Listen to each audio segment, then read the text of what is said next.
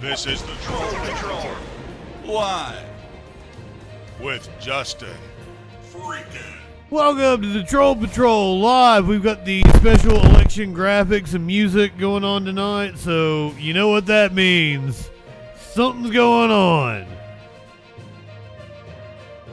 Old Trumpy Boy is speaking right now. He just took the stage about 5-6 minutes ago. It's still like 46 days until the election or something like that, Warlord. Still a long way to go. A long way to go. We're going to take Trump speaking here in just a minute. We have a governor's debate at 9 o'clock tonight. This is the Washington State Gubernatorial debate. There was one between the two candidates on the night of the presidential debate. We did C-SPAN calls instead. Apparently it was really contentious that night. So this is round 2 between the candidates. We'll be covering that at 9 o'clock. I got a little preview for you that we're going to hit here in a little bit. Got plenty of news. News been doing all sorts of things. We might have a resolution to the manhunt in Kentucky that we're recovering. There have been walkie-talkies and pagers exploding all over the world. Representative Anna Paulina Luna has faced a threat, and a 8-year-old girl drove herself to Target. All that and a lot freaking more tonight on the Troll Patrol Live. Good evening. Welcome, Flash. Welcome, Warlord, Frag. Good evening. This would have been a viral meme format if it happened today. What's a meme? Sparkles. Quesadilla, Stabby, good evening, welcome. I know you're clamoring for the Trump. Princess Kimberly, so good to see you. I know you're clamoring for the Trump, so let's get to it. He's in Uniondale, New York. Cost a typical family $28,000. Think of it, in less than 4 years, $28,000. And we filthy encampments, anonymously, horrible, disgusting, dangerous, filthy encampments of junk. I wonder why the kid liked Target so much. That our children used to play Little League Baseball, which they don't get to play very much anymore, do they? Oh yeah, Kmart isn't even a thing anymore. There has been a 29% increase in robbery, a 36% increase in felony assault, a 42% increase in grand larceny, a 75% increase in carjacking. He's dropping a lot of numbers. You take your 30-30. Well, 200 police officers leave my 25% the NYPD, New York's finest. I always say, I knew it well. New York's finest. They leave every single month, 200 people a month. Incredible people. They're incredible people. The trains and subways are squalid. He has been arrested in New York, after all. Our highway, all those medians, they spend all that money, they're falling down, they're rotting. Businesses are fleeing, the mobs of illegal migrants are being put up in luxury hotels at your expense, while our great veterans live on the freezing or steaming sidewalks right outside the main entrance to where the migrants enter their hotel. Think of that. Think of it. We have veterans lying on the street, squalid, lying on squalid. Sometimes freezing, sometimes it's hot, it's summer. And they're looking at people just came into our country, and they're going up to the 17th floor of their suite. How crazy has our country become? And can you imagine what those veterans, when they watch this, must be saying? But listen to this. Can you also imagine what the migrants... They're saying they're listening to a crazy-ass motherfucker. We just came from a place, in many cases, they were in prisons, and now they're living in hotel suites while our veterans are living on the street. And so I say to the people of New York, with crime at record levels, with terrorists and... It's record levels, all right. Record lows. Inflation eating your hearts out. Eating your hearts out. What the hell do you have to lose? What do you have to lose? Eating your hearts out.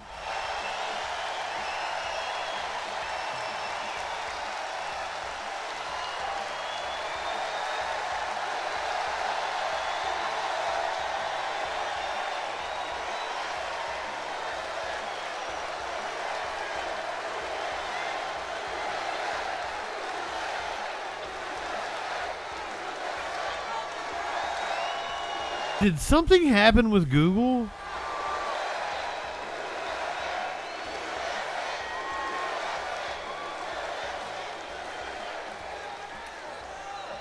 What do you have to lose? Think of it. I got signed out of all my shit. You know, some of you will remember that was a phrase that I used for our black population years ago in 2016. I said, with the worst housing conditions, the worst education, the worst this, the worst that, the most crime. I went through 12 different things, and it wasn't on the sheets. And I'm saying, boy, that's really terrible. And I said, and I was at like 2%, not too good. And I said to the black population gathered in front of me, vote for Trump. What the hell do you have to lose? I said that, same thing. Well, we found out like 2 million people, almost 2 million people. When I went backstage, but I'm not like Biden where he takes, I fight back with my people. Remember, we still signed the check. They said, sir, that's a terrible thing to have said. I said, when you said, what the hell do you have to lose? It's terrible, it's demeaning. You would eat hearts though, Sparkle. It's true. You know what happened? The next day, I can totally see you cutting out a dude's heart with the and black feasting on it. population. You would prepare it nicely though. Because of all we've done, we're at the highest level of black support in the history of the Republican Party.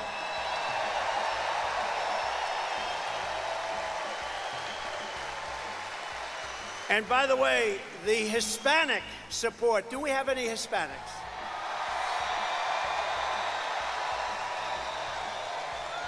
The Hispanic support is The Hispanic off the support. charts, and they don't know what the hell to do about it. It's off the charts. And we just had some great polling come out. I think the most accurate poll over the last 8 or 9 years was Rasmussen. They just came out with a poll that we're 5 up. We're 5 up. 5 up. We should be 35 up, to be honest with you. But, you know, some people can't break an old habit. That's really what it is. So I say to you, vote for Trump, and I will turn it around very quickly. I first just with want to start 4 off. more years of Kamala Harris. New York State will be like a third world nation if it isn't already. It is. I think it is. With Trump, the Empire State. Did everyone see the picture of how much The world. We baby oil only success. P. Diddy had? Like your current radical Democrat regime, I'm not driven by partisan ideology. I'm driven by results, and I'm driven by New York common sense. It's common sense, right? Right? It's common sense. You know, I like to say the party, this is a great party. I like to say the party is really, you know, we're conservative and all that, right? We're really people with common sense. We need walls. We need good elections. We want low taxes. We want great police officers that are well taken care of. We don't want to defund the police. Speak for yourself, party of bitch patty. common sense, more- Fire resist. Good evening. It's picked up a lot of steam. It's true. My first week back in the Oval Office, I will clean up and I'm still kind of preparing the show. I had a little more things I need to do to my nose. it's time to work. Be with you in a second. Largely Democrats. It's time to work Not together high enough for this for shit. the good of the people. Going to do it. Ain't gonna do it. Despite all of the persecution I've endured from the corrupt judicial Cruiser and I went to corrupt system, I love the people. of Spirit this Halloween state. yesterday. I want to give back to you. I've had a great life. I want to give back to you. We're going to give it back to you. We're going to make this city and we're going to make this state incredible again. Together we will rebuild our roads, bridges, highways, and airports. They're falling apart. They're falling down. We will renovate New York. What did he mean by that comment, by the way? Do I need to play that? Has everybody seen that? Can you believe it? I mean, Was that racist? Was that like a...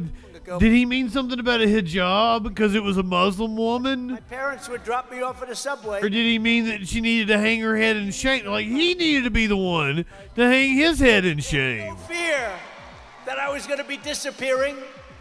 They would take me to a subway, put me on and say, bye, darling, bye. If you do that today, you have about a 75% chance that you'll never see your child again. What? What the hell has happened here? What has happened? It's not that high. It's more like a 66 and 2/3% chance. But then you take my The greatest city in the world chance of finally winning, has again and the add greatest it to transit 62 system anywhere in the world. You have the 13%. basics. We I have to got clean it. 141 and We have to 2/3 take care chance of it. winning. The transit system where you can get shot in the head The criminals the hell out of there. for not paying $2.30. We will once again support our incredible police officers, New York's finest. Oh, I'm sorry. It wasn't the dude that didn't pay the $2.30. He didn't actually get shot in the head. He got shot, but not in the head, right? The person that got shot in the head was an innocent bystander.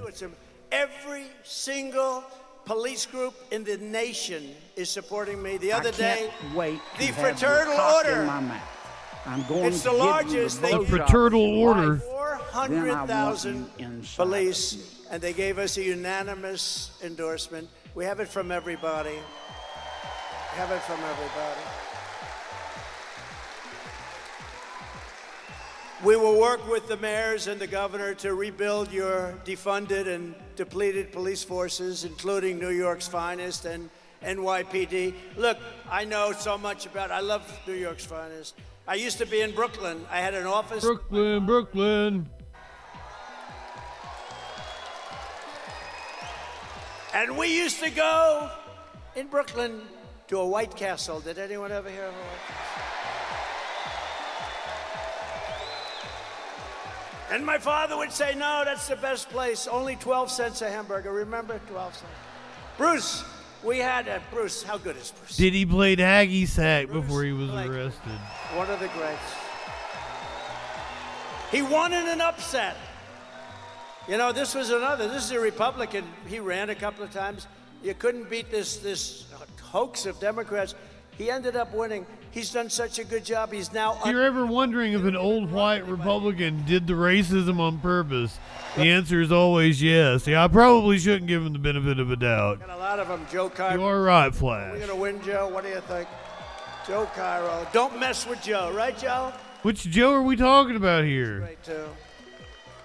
But I will stop the Kamala crime wave, and we will do everything we can. We're going to get these violent criminals behind bars. We're going to get them out of our country. We're going to take them back to the country from which they came.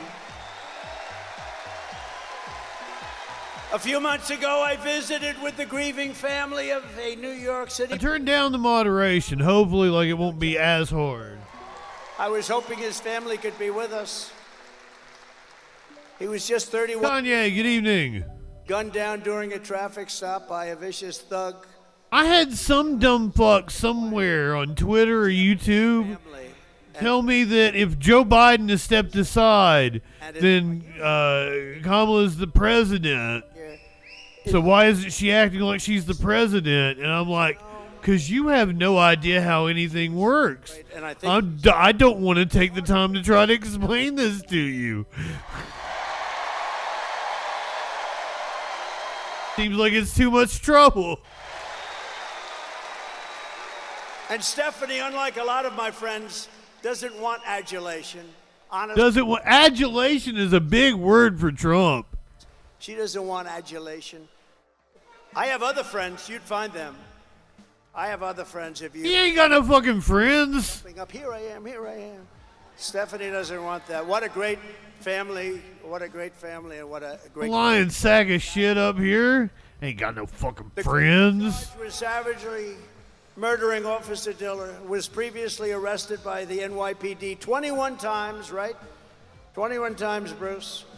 And the accomplice 21 times, Bruce. He's throwing a lot of numbers around. times, but he was actually much worse. He was more vicious. 14 times, but he was actually far more vicious.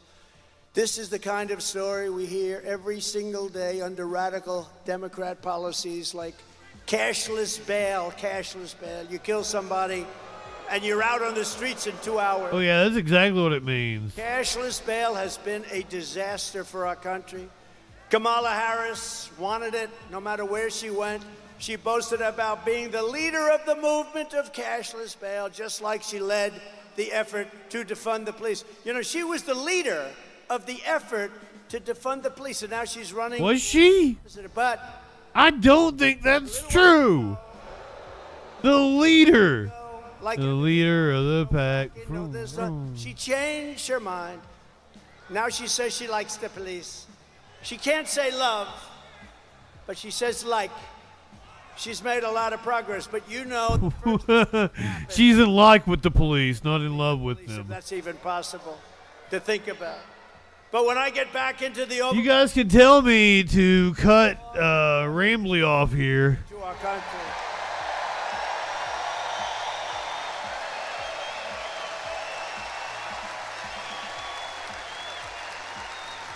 A fully reformed Federal Department of Justice will deliver massive They're public. apparently doing a press conference on this Kentucky manhunt at 8:30. We might watch But in that. exchange, they will give our police back their protection and their respect. We are going to take care of our police, and we're going to respect our police. Everyone here does.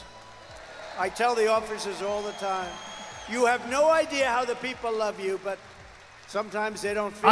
His ear looks like it's like nothing has ever happened to it. Sanctuary city policies. They will terminate cashless bail, and they will return to proven policing methods like we had under Mayor Rudy Giuliani. The safest big city in America. Oh, Rudy boy. You think we're stupid? You think we're fools?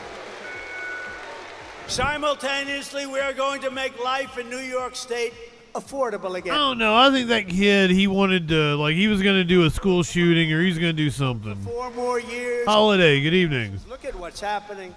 Businesses that are fleeing, money draining out of your state, and hundreds of thousands of illegal migrants sucking your public resources dry. You know, I've always heard for 20 Thousands of migrants sucking New you. York City has no money, and yet they're going to spend $3 That's what I thought he was going to say. illegal migrants, and they're not getting it from the federal government.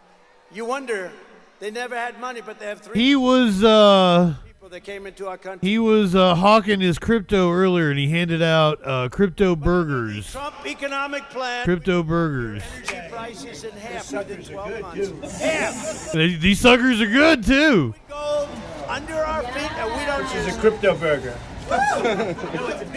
Actually, places like Oh, it's a Bitcoin burger. Name of More than Bitcoin and Russia? a crypto. we have more than Syria. You remember I got Anwar approved in Alaska. It's the biggest site anywhere in the world, probably bigger than. He's got the Diet Cokes with him. This is a crypto What burger. did they do?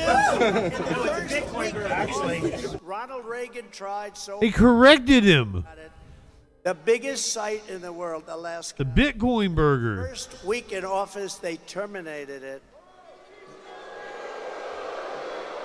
We'll have it back very quickly, I promise you that.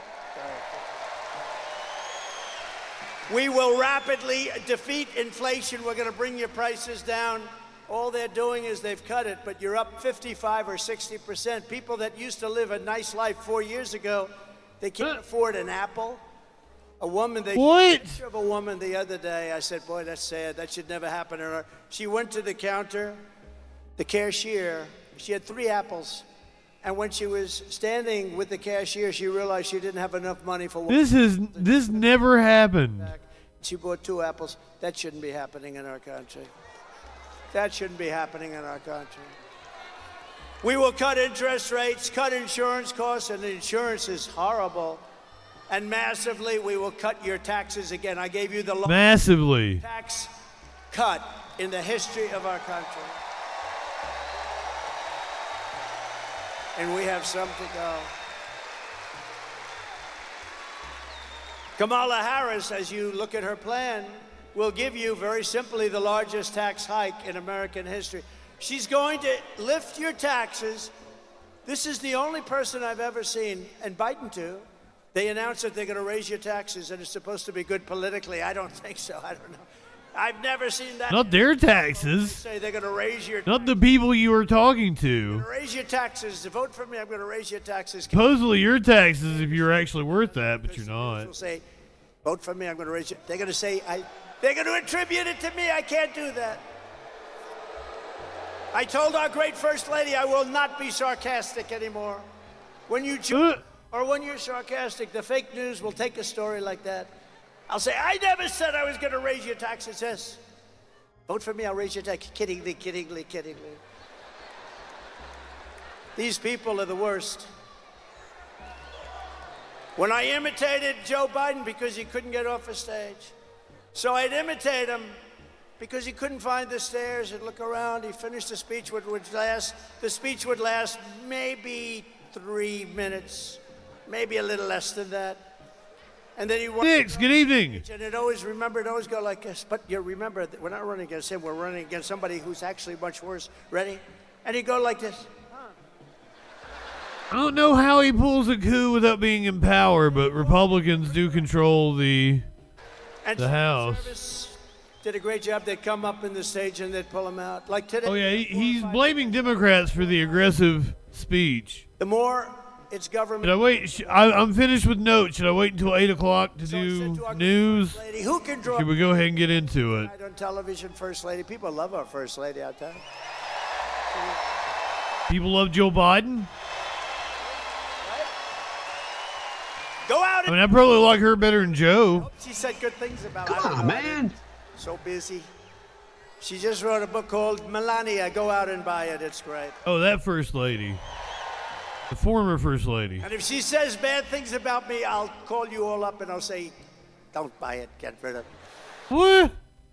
No, but she said to me, I said, But maybe you could have been talking about Laura Loomer as well. people, we could have filled it up 3 or 4 times. Bruce Blakeman said to me, if we went to a stadium or a park, You know? we would have had 100,000 people. Wow. So I'd call up my wife and I'd say, baby, who could draw crowds? Nobody can draw crowds like me. Nobody, not even close. My wife. I'm the greatest. Sorry about microphone issues there. Even than Elvis, because Elvis had a guitar. I don't have a guitar. What? Elvis had a guitar. I don't have the privilege of a guitar. He doesn't have the privilege or the talent Good like me, to play a guitar. How great am I? And she'd say, How great am I? and she'd say, I'd say, how great was the speech? Not how good. How great was it? And she'd say, it was good, but your hair looked terrible tonight. Or the worst ever. So I said, how good was it, First Lady? And she said, it was good, but you couldn't find your way off the stage. I was imitating Biden, and they said I did it. You were imitating Jerry Lee Lewis. No, so you can't be sarcastic. Sarcasm with the media doesn't work, okay? It doesn't. Sponsored by Palantir. So I've given up about... Good evening, my friend. Welcome in. I got all my friends here. Anthony. Everybody knows Anthony. Anthony Lomangino, one of the greats of all time. Anthony Lomangino? He's one of the greats. Business problem. What? I have too much cash. I don't know what to do with it. I said, I've heard of... Who the fuck is Anthony Lomangino? He's doing good. He's a great man, great businessman, and a great person. Kamala wants income tax hikes, small business tax hikes, capital gains tax hike. How about the capital gains? She wants a tax. How about those capital gains?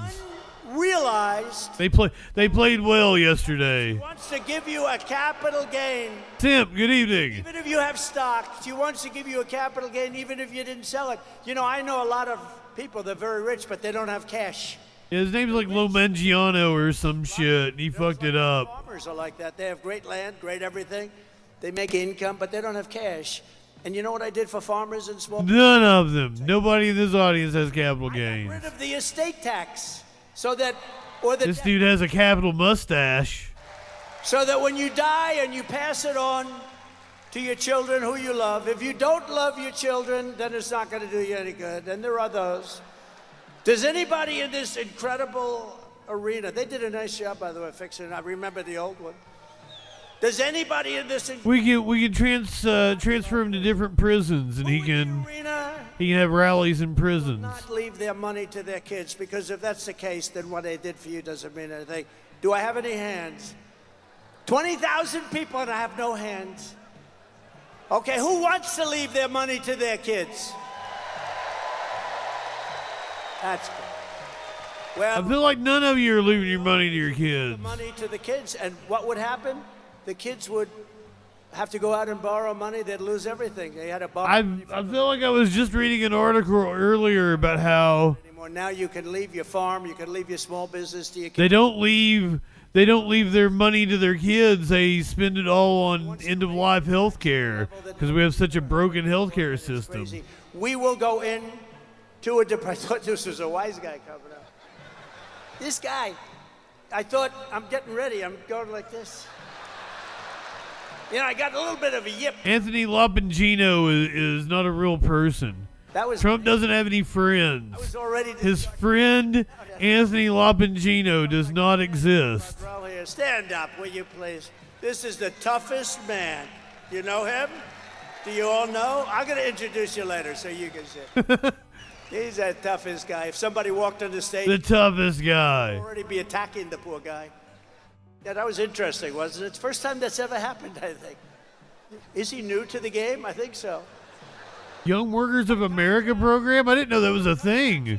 That sounds communist, but also uniquely American. Restoring the SALT deduction, saving thousands of dollars for residents of New His hair looks better than it has. I'll give him that. and other high-cost states. And it's very floofy in the front. Going to restore SALT. He almost has bangs. Factories will pour back into New York. I know how to do it better than He likes salt on his food. easily. Gonna restore salt. Restore, the cost of living will fall, and I will deliver the greatest economy in the history of the world to our country, and one of the greatest economies in the history of New York State. Stick with us tonight. We're going to be watching the Washington State Gubernatorial debate. That's at 9 o'clock. 9 o'clock Eastern Time. Restoring It is 6 o'clock our economy, Pacific Time. stopping the invasion at the border of our country. It's crazy. I don't even have their names in front of me. What's wrong with me? Kamala Harris, you know, she was the border czar until she We're going to be watching the debate between these two dudes. killed the coup. Democrat Bob Ferguson, who I believe is the Attorney General of Washington. She said, I was never the border czar. You know, Dave Reichert is the Republican challenger, and he looks like a fucking chud. border in the history of the They've already had one debate. It was the night of the illegal aliens are coming in from all a over cat flu. prisons and jails, from mental institutions and insane asylums. They've already had one debate. It was the night of the presidential debate, and we listened to C-SPAN calls instead. So tonight we're getting a taste of. There's only 3 This is so bad. competitive gubernatorial races: Never, ever. Washington, New Hampshire, and North Carolina. North Carolina. I hope we get a debate because that motherfucker, the Republican challenger, is batshit fucking The crazy. great Tom Homan told me the other day, great guy, central casting guy, great guy. He told me the other day, Washington is a safe blue race. for the last 12 months, So I mean, this was the least competitive of the governor's races, that's for sure. and came into our And North Carolina is looking like a lock for the Democrats because 100, but the candidate is uniquely bad. I want to be known as one thing. In 2016, A felon, a pedophile. I did a great job. I cleaned it up, and the border was good.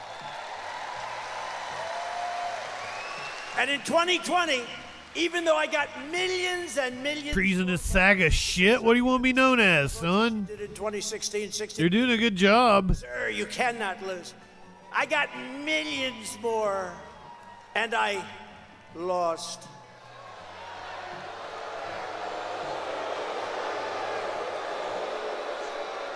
But you know what? We're going to have the greatest win in history when we pull this one off. I would have thought Idaho was already Nazis. Legendary. 'Cause don't a lot of them live up in like the top part, close to Canada? It doesn't help for you to speak about the border. Nobody cares. I said, I want to speak about the border. I did a great job. Sir, nobody cares. It's true. I talk about the border. Nobody cared. But now they care. Because now the border is 25 times worse than it was. He is throwing around so many statistics tonight. It's wild. Unbelievable what's happening. And I want to be known as your border president. I'm going to be known as your border president. Yeah, I can imagine there's plenty of potato farmers that don't care too much for the Nazis. We'll be known as your invasion president. Just let them all come in. Let them all come in now. So we're going to do news at 8 o'clock. I got a preview of the debate that we're going to do at 9 o'clock. Venezuelans taking over We will get the pieces of real estate in Colorado, and you have a Democrat governor. update on the Kentucky manhunt at 8:30. I'd never seen anything like it, and he doesn't want to talk about it. They've A taken busy night tonight. your land. A lot of news. Find out what it's been doing. Happened with Bruce Blakeman, I can tell you right now. Snappa getting all pedantic on me. Yes, okay, neo-Nazi. I'll give you that one. Good evening, Snappa. How are you, my friend? Foreign country like Venezuela, where, by the way, their crime rate is down 72% because they've taken their prisoners, they've taken their gangs, they've taken their drug dealers, and they've shipped them all to the United States. So They've caused a lot of people to flee because of their vicious crackdown. Would you ever? We're going to go ahead and hit the commercial break. For those of you on Twitch, A lot of Venezuelans. here's what we got coming up for you. This sheriff in Florida promised to embarrass a kid Or would you who say, apparently made threats against his school. have a force- He totally and it would all be over, right? held up his promise. A train hit a car in L.A., a flash mob Play games. stole from an auto zone. Games. But We're going to talk about the aftermath of in these places because it's so. police in New York City shooting someone who tried to evade a fair. It is. The Kentucky manhunt may be over. We got the Washington State Gubernatorial debate at 9 o'clock. We're going to go over Diddy being denied bail. We're going to hear from his attorney. Price. He apparently played hacky sack before. Representative Paulina Luna receiving threats. We're going to talk about the walkie-talkies exploding all over Lebanon. Torchy, good evening. So commercial break on Twitch, 3 minutes. We're going to get it out of the way. When we come back, we're going to find out what that news be doing. This is not sustainable. How about in Springfield? If you're subscribed, I'm also going to hit you with a commercial break, and I'm going to go pee. Go ahead, light one up, tip one back. It's all right to have a little fun before you hit the sack. I'm JustinFREAKIN. All we're establishing is this guy's wicked sick aesthetic. Not high enough for this shit. I guess I gotta thank Matt Walsh for introducing me to JustinFREAKIN. Hey there, y'all. We're about to get stupid, locked into what that news be doing. Fu Manchu and a slick bandana, colder than ice, smoother than Santana. Audio, video, chat and calls. Right-wing nut jobs haunt the halls. What you wanna watch? Hey, what you think? And there's only one choice. It's JustinFREAKIN. The guy's, he's a formidable voice in the culture. Light one up and tip one back. It's a right to be high. Let's grab a snack. It's fucking news, clip, panic, attack, and play your cards right and get a titty slap. Jump in Discord, have some fun. The man will talk to everyone. Get high and try to debate. When shit pops off, chat thinks it's great. What do you think you're doing? Join the troll patrol. Wherever discourse is brewing, he gives it that southern drawl. So let's go ahead and bring in Justin. Hey Justin, how's it going, brother? First of all, I want to say you're poser South. I'm in Alabama. I'm the real South.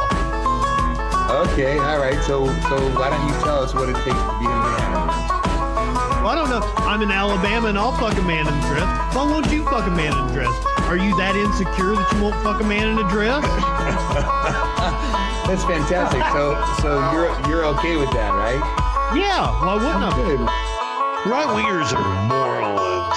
Light one hit and hit one back. One more clip before we hit the set an alert when that shit goes live. Social fucking support and hit subscribe.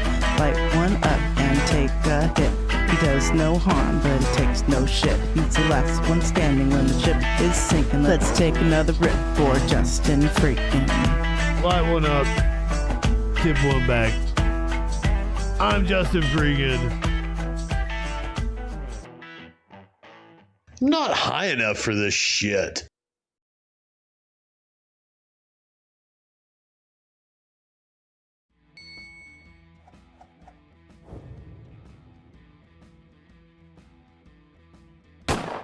I figured I didn't reset one of the drops. Hey, it worked out. I said I was not high enough for this shit right before it. Exactly. Let's get high. I might need to grind up a little bit more.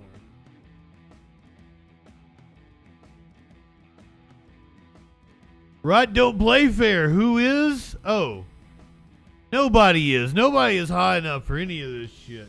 Here is your meme of the day. I switched it up. Show me the real villain of the 80s. I said the real villain. Fiction. How you doing tonight? Right.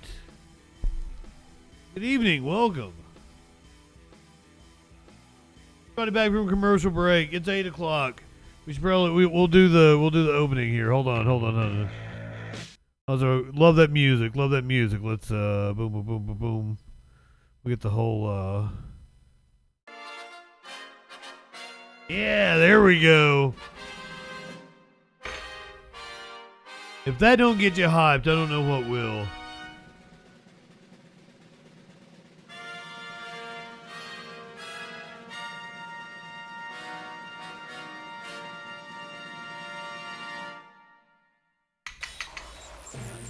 This is the Troll Patrol. Live with Justin Freakin.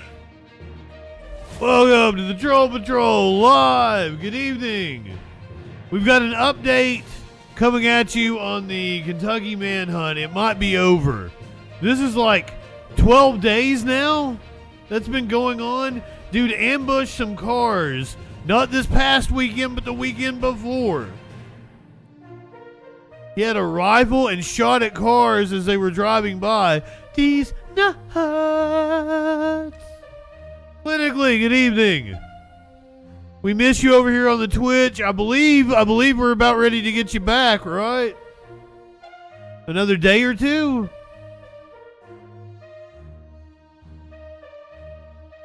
I don't remember when it happened. But I miss you. I miss you so much.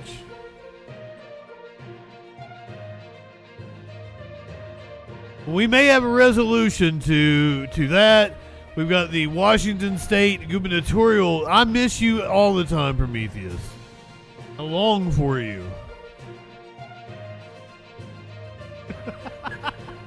We've got the Washington State Gubernatorial debate coming at you at 9 o'clock. That is 6 o'clock Pacific time, 9 o'clock Eastern time. Bob Ferguson, who is the Democrat, the Attorney General of Washington State, debating the Republican challenger Dave Reichart. It apparently got very contentious.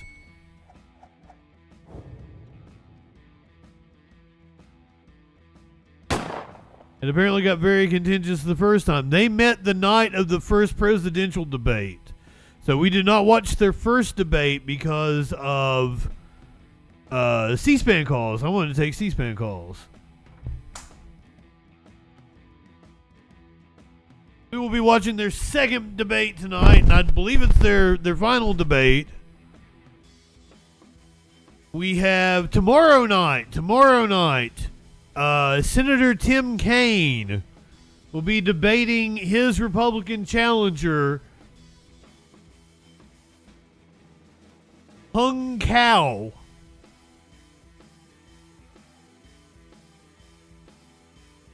So tomorrow night we get the Virginia Senate debate between Tim Kaine and his Republican challenger,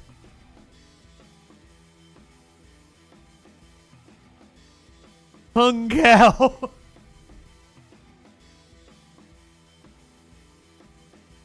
I don't know what time that is. If that ends up being at like 7 o'clock. Yes. This should be a very fun debate as well. Hung Cao is a nut job. Tim Kaine is it's a very safe seat for Democrats. So tomorrow night, Senate. Let me see if I can get you a time on that one. You have to come on early.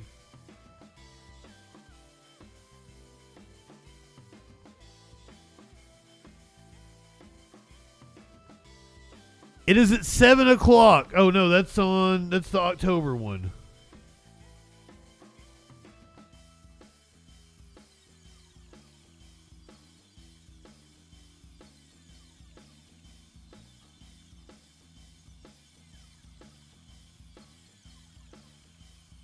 A Northern Virginia Chamber of Commerce debate, McLean in partnership with NBC4.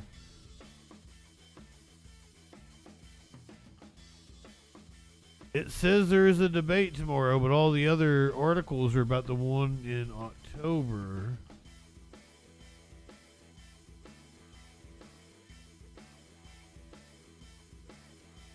I believe we have a debate between Tim Kaine and Hung Cow tomorrow. Hung Cow.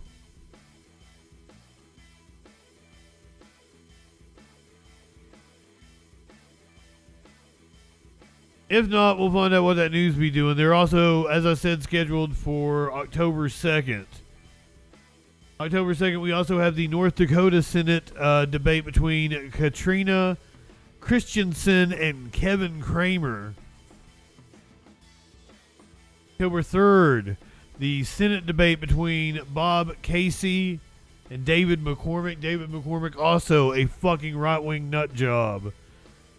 I will tell you guys, like, the debates have been really good for me. When we did this in 2022, we got a lot more followers and views. Even the no-show debate that we did the other day, on Thursday, the Arizona congressional debate where we only had one candidate show up.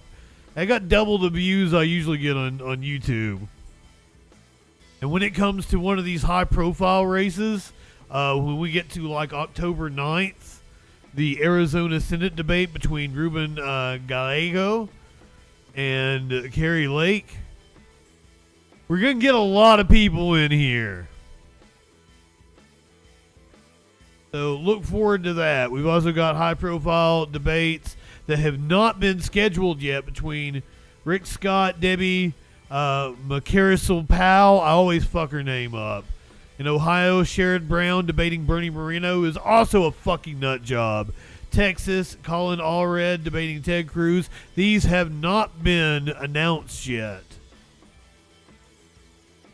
Let's see if we got in the congressional races. The next one we've got scheduled so far is on September 27th. We're going to be doing Wisconsin's 8th District. Dr. Kristen Lowry, the Democrat, and she's going to be debating Republican Tony Weed. And apparently they've already had a debate, and it was contentious the first time. So a lot to look forward to with debate season. But let's go ahead and get started tonight by previewing the debate that we're going to have at 9 o'clock. Get you familiar with the candidates. This is the Washington State Gubernatorial debate.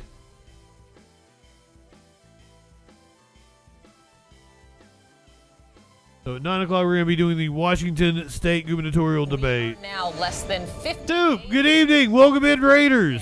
And tonight may be your last chance to see Washington gubernatorial candidates Bob Ferguson and Dave Reichert take the debate stage. Light one up, tip one back. Is live at SeaTac Airport asking voters Minty. what they want to hear tonight. Lee? Yep, well, that debate is actually in Spokane tonight, but you don't have to take one of the 5 flights that I see leaving to the east side of the stage this morning. You can watch that debate right here on Como later on this evening. Now, the presidential and the gubernatorial debates, they are still fresh in many people's minds because they were held just last week. We do have some video from the gubernatorial debate. That is from King 5 and their news partners. Critics say the tension we What the fuck is going on with their B-roll?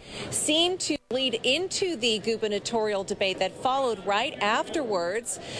Ferguson and Reichert, they clashed on public safety funding and the fentanyl crisis. And this morning we were asked. Yeah, we did not watch their first debate because we were doing C-SPAN calls after the presidential debate.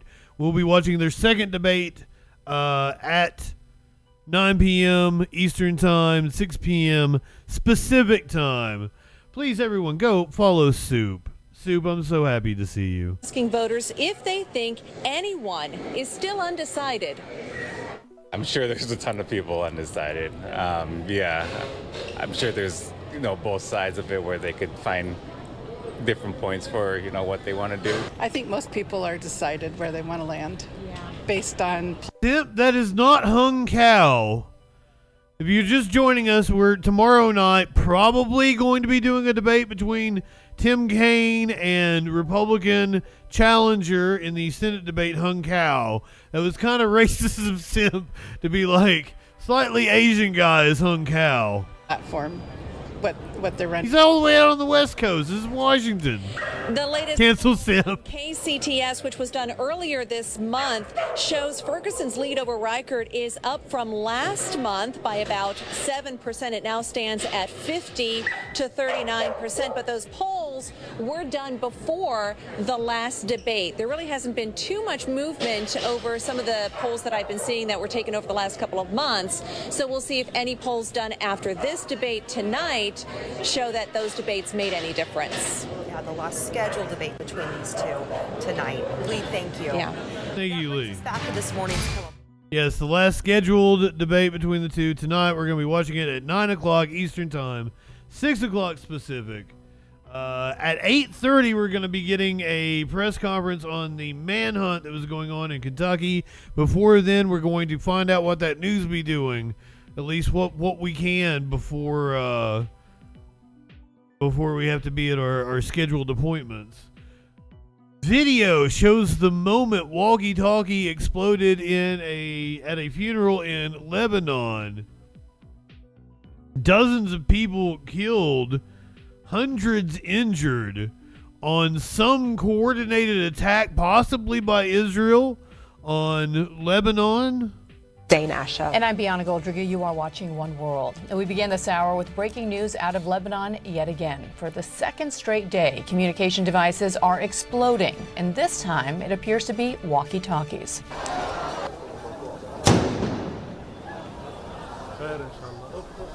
At least 9 people are dead. Hundreds have been wounded. And that's according to the Lebanese Health Ministry. That blast that you just heard in Beirut set off panic in the streets, as you can see here. That was amid a crowd attending a funeral for Hezbollah fighters. Early reports indicate the explosions took place in southern Lebanon and in the southern suburbs of Beirut. And it comes one day after hundreds of pagers belonging to Hezbollah members exploded nearly simultaneously across Lebanon. The country's health minister says at least 12 people, including children, were killed on Tuesday and nearly 3,000 others injured. CNN has learned those... This is wild shit. ...joint operation between Israel's military and intelligence service. CNN's Nick Payton-Walsh joins us live now from London. So, Nick, what are we learning about how the Israelis might have been able to engineer and coordinate both of these attacks, which took place, by the way, roughly around the same time on both days? Well, I mean, just a step back here, we don't know if Israel were behind this second wave of attacks. It's highly likely that they were, owing, as you say, to the fact that it appears this second wave occurred 24 hours after the first wave of pager attacks, which CNN has learned the Israeli Mossad and military were behind. It's highly likely too, given the nature of the low-tech devices used here, that indeed the Israelis may have been behind it. But we don't even have at this stage, I believe, Hezbollah accusing them directly. There is chaos and some degree, I'm sure, panic here. Lebanese security source telling my colleague, I'm sure that we're talking about 30 to 40 explosions they've reported so far. The death toll having risen today to 9 and 300 injured. And that's significant because it's getting close to yesterday's. And given how few comparative blasts we're seeing today, that would suggest that the impact of these was significantly more. Now, one of these series of images you're seeing there is of a funeral for somebody killed in the pager explosions. And that, I think, is telling because it speaks to what this Lebanese security source was saying too, that these walkie-talkies, who seem to have been the predominant source of these 30 to 40 explosions, are used for crowd control security by Hezbollah themselves. And that specific event there, many yellow flags, many Hezbollah members there. And so these devices too, from the social... You gotta have somebody on the inside to pull something like that off, don't you? Explosive power. The pagers, according to the New York Times, had small amounts of explosive inserted into them in their thousands thousands for yesterday's wide-scale explosions. These, so far, we think less blasts, but possibly more potent ones. And so we're dealing here with an extraordinary moment where it may be that the low-tech devices, the pagers that Hezbollah resorted to keep their communications away from the smartphones that Israel could track, has suddenly found themselves 24 hours later reaching to yet a more low-tech device to continue talking amongst themselves, and that those too have been targeted. The net result is going to be, I think, extraordinary unease in Hezbollah's ranks, people unsure how they can communicate safely, if the person they're trying to communicate with is indeed unharmed, and I think that will impact Hezbollah's response in two ways. It will reduce their capability and their sense of certainty if they want to do something on a wider scale, but it may also too, in this moment really of acute weakness, perhaps for internal reasons to restore morale or for external reasons to remind people of their deterrent value, it may force them into something more irrational or larger scale. We simply don't know at this stage, but the remaining question is serious. Two coordinated waves of attacks are a prelude. Goddamn! We'll see that in the days ahead. The wild. All right, Nick Payton Walsh live for us. Thank you. And let's bring in Ben Wiedemann, who is outside the American University I'm stunned. in Beirut. So yet another day of chaos and confusion there, Ben, as we noted just today, as Hezbollah members were being buried. Yet another round of explosions, this time with walkie-talkies. Give us a sense of the mood on the ground, specifically there at the hospital, which remains inundated with those who were brought in yesterday after the first round of explosions. Yes, obviously, the doctors, the surgeons have been working around the clock here, trying to deal with the injuries from yesterday. And just within the last half hour, we saw an ambulance come with another injury from, it appears, today's round of explosions. According to Lebanese security sources, somewhere between 15 and 20 blasts went off in Beirut, one of them at a funeral for people killed yesterday. In those pager blasts, an eyewitness told us he saw a man his arms were severely damaged as a result of the blast that took place there. In addition to that, the security sources are saying there are a similar number of blasts today, walkie-talkies, it's believed, in southern Lebanon as well. And of course, the Ministry of Health within the last hour has put out new numbers for today's blast. 9 people killed so far and more than 300 injured. Now, just a little while ago, we spoke to a surgeon who came out. She was on the same plane with us. Correct myself, I said dozens earlier. This morning, she said that she had so this could be old. 7 individuals, all of them with similar wounds. Or I could have just, been smoking crack. By blasts, all the victims, young men in their 20s and 30s. Now, tomorrow afternoon at 5 p.m. local time, we're expecting Hezbollah Secretary General Hassan Nasrallah to make a speech that will probably give a good indication of where Hezbollah is going. Obviously, we are in the midst of a serious escalation of tensions as a result of the events of the last 25 or 26 hours. The expectation is that Hezbollah is going to respond.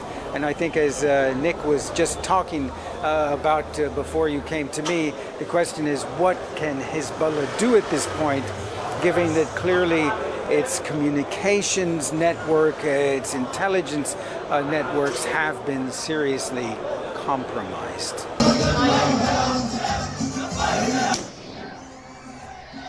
This comes a day after hundreds of pagers used by Hezbollah exploded, injuring thousands. I want to get straight to Beirut and CNN's Ben Wiedemann. Ben.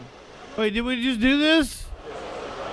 Yeah, Dana, in addition to the 9 people who have been killed so far today, according to the Ministry of Health, they're saying more than 300 have been injured in this. Dana Bash took me by surprise. Across the country. Now, according to Lebanese security sources, there were somewhere between 15 and 20 explosions of devices, it's believed walkie-talkies, in the southern suburbs of Beirut. That's where Hezbollah has a strong presence. One of those blasts going off during a funeral for people killed in the pager explosions yesterday in Beirut. In addition, there were a similar number of explosions in the Justin got bashed country as well. Now, this is obviously Crown cock.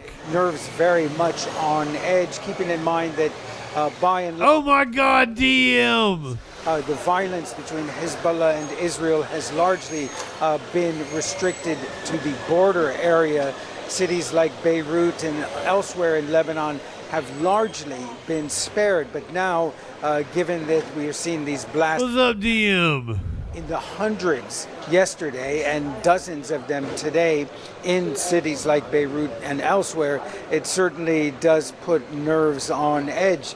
Now, we are expecting Secretary General of Hezbollah, Hassan Nasrallah, to make a speech tomorrow afternoon at 5 o'clock local time. The fear is that we're on the verge of another escalation. In fact, we are obviously in an escalation right now, given the events of yesterday. And today, Hezbollah has vowed to take revenge for these blasts. We don't know. Somebody unban DM. And given that clearly their communications networks, their intelligence networks have been to some extent compromised. So, Warlord, take care of that. Unban DM. In the last 24 hours. I didn't know you were banned. What is the Hezbollah flag? I don't know that I've seen one. Hold on. Let me look it up.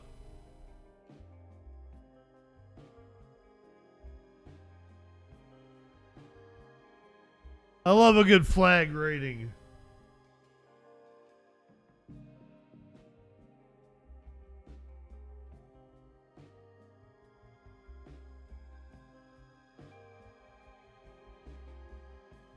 That's the Hezbollah flag? Yeah, that's pretty cool. That's way better than the snaky flag.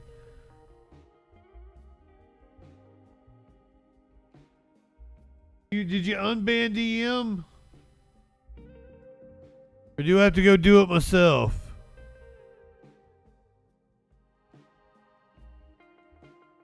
The Houthi flag.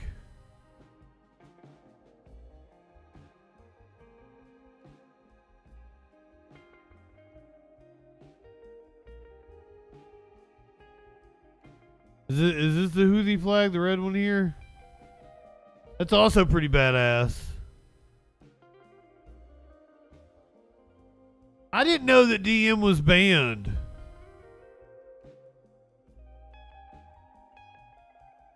Can you come in here and request an unban so I can see it?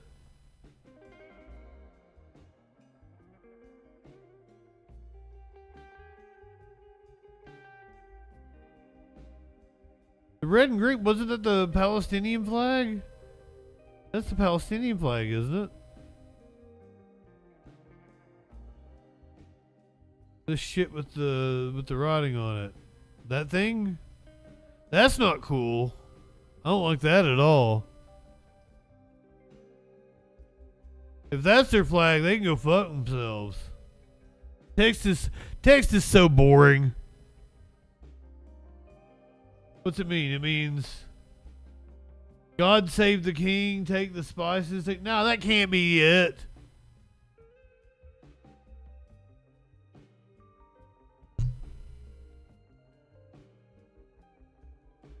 That don't make any sense. We got about 5 minutes until we're going to take this press conference in Kentucky. Let me give you the rundown of what happened. Not this past weekend, not this past Saturday, but the Saturday before last. A body found earlier today in mid-Kentucky, manhunt near the site. Kentucky, an intensifying manhunt is now entering its third day as authorities make a this is very old to the shooter who opened been like 12 days highway Saturday, wounding at least 5 people. We would ask that he would give himself up. and we're not going to quit until we do lay hands on him. Authorities say 32-year-old Joseph Couch purchased an AR-15 on Saturday in London, Kentucky, drove up Interstate 75, parked his car on a service road, then perched on a ledge below a cliff where he began shooting multiple rounds into 12 vehicles, striking multiple victims in the chest, arm, and head. Multiple gunshot victims. The shooter, they don't know exactly where he is. Christina Donato was driving cross country with a friend on I-75 when the shooting happened. We were both in shock about it, because it seemed like we literally dodged a bullet. Now, dozens of law enforcement from multiple agencies are hunting him down using drones, helicopters, and canines. One great earth. Good evening. Thousands of acres of rugged terrain. You actually need machetes and everything to get through these thickets of woods. And, you can't do it very fast because you don't want to leave no rock unturned. Couch is described as a 5'10" white male weighing 154 pounds. And while authorities are still in the woods near the shooting scene, they admit that anything is possible, including the possibility that he took his own life. So this might be what has happened. We're getting ready to take a press conference at 8:30. A body has been found. Body found amid manhunt near site. A week and a half after a highway shooting spree and an ensuing manhunt for an armed and dangerous suspect, officials in Kentucky have found a body near where the shooting happened. Kentucky State Police troopers are working to confirm the identity of the body, which was discovered in Laurel County. Authorities have been searching for Joseph A. Couch, 32, since September 7th, so 11 days. Authorities, they've been searching next to Interstate 75, 8 miles north of the small city of London. 5 people were seriously injured. The gun, an AR-15 rifle, was purchased legally in London on the day of the shooting. Law enforcement officials said the gunman, parked near a ridge overlooking the highway to fire upon vehicles, had 1,000 rounds of ammunition. 12 vehicles were hit. Estimated 20 to 30 rounds were fired. Some drivers did not realize their vehicles had been struck until hours later. The days-long search for Couch, a former Army reservist, has involved helicopters and drones with infrared technology, while special response teams and trained dogs are tracking him across thousands of acres, likened to a jungle. I can tell you that's where I'm from. That area is as rural as it gets. It is in the mountains of eastern Kentucky. The city, what they're 8 miles south of, London, is hardly a city. There was maybe 800 residents. The only reason there are shops and restaurants in the town is because it's right off the interstate and there is nothing for goddamn miles. Just before the shooting, a woman who shares the child with Couch called dispatchers in Laurel County with a chilling message. He's going to unalive a lot of people. Well, try at least, Couch wrote to her, according to an arrest affidavit. He followed up with, I'll unalive myself afterwards. Motive for the attack has not been determined, and officials say there is no indication that Couch was targeting anyone specifically or working with others. So, the most likely scenario for what we're getting ready to hear at this press conference in about a minute is that this body was his, that he took his own life sometime after the shooting, possibly directly after.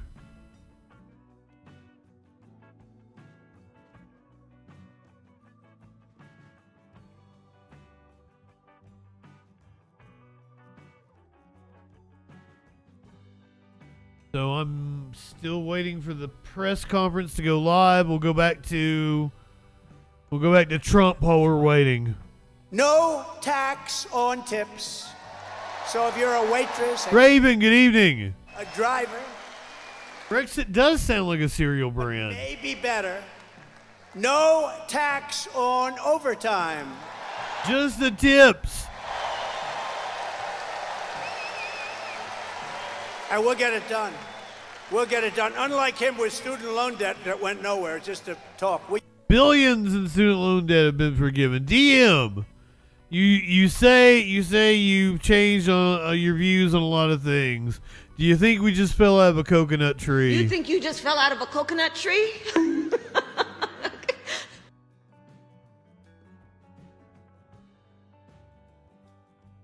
Colonel Philip Burnett Jr. Okay, here we go. I'd like to give you an update on the search.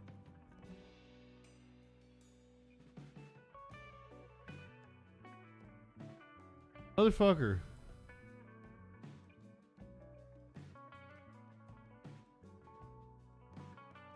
Body in the deep brush exit 40 body had found an unidentified body in the deep brush behind exit 49 in Laurel County. Troopers had been searching in the area all day and had noticed vultures in the area. They continued to try and locate the exact nature of the area that the vultures were circling in. They began at that time while they were in there, they began to detect a strong odor of what appeared to be a decomposing flesh, whether it could be animal or human. Okay, well, is it the dude you're looking for? Thick terrain and trying to locate the smell, troopers heard voices, and the troopers immediately identified themselves in the woods. They identified themselves as state troopers and asked that the individuals that were also in the wooded area identify themselves. There was a couple, Fred and Sheila McCoy, advised the troopers that they were also in the area searching for Joseph Couch.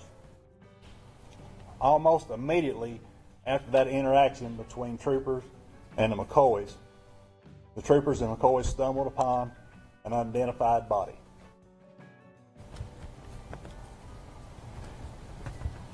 At this time, we still have troopers and personnel out there processing the scene. There were articles of Was it a Hatfield body that at this time we feel is Joseph Couch. Laurel County Coroner is there present, and then the body, identified body at this time, will be sent to Frankfurt for positive identification tomorrow. But again, we do have those articles associated with the body that we do feel is Joseph Couch. You know, I want to recognize the McCoys because they're the real McCoys with our troopers and provided troopers with relevant information. You know, this is still an active investigation, and we'll have more updates as we go forward with this. But, you know, I would like to acknowledge, you know, we're very confident that this brings to closure in the search of Joseph Couch. But again, I want to reiterate the partnerships we had with everybody here. Laurel County Sheriff's Office, London PD, FBI, the Marshal Service, ATF, National Guard, U.S. Forest Service, Kentucky Fish and Wildlife, our prosecutors here in Laurel County. All right, enough with this dude. You know, DM, you are not the only one who is happy about what Harris be bringing to the table. Even Joe Rogan has had to admit that Harris mopped the floor with him. He didn't start out good. He was reserved. That's the only thing. He held back at first. A low bar, but I mean, Rogan not the only one talking about Harris's wins. The Fed today cut interest rates.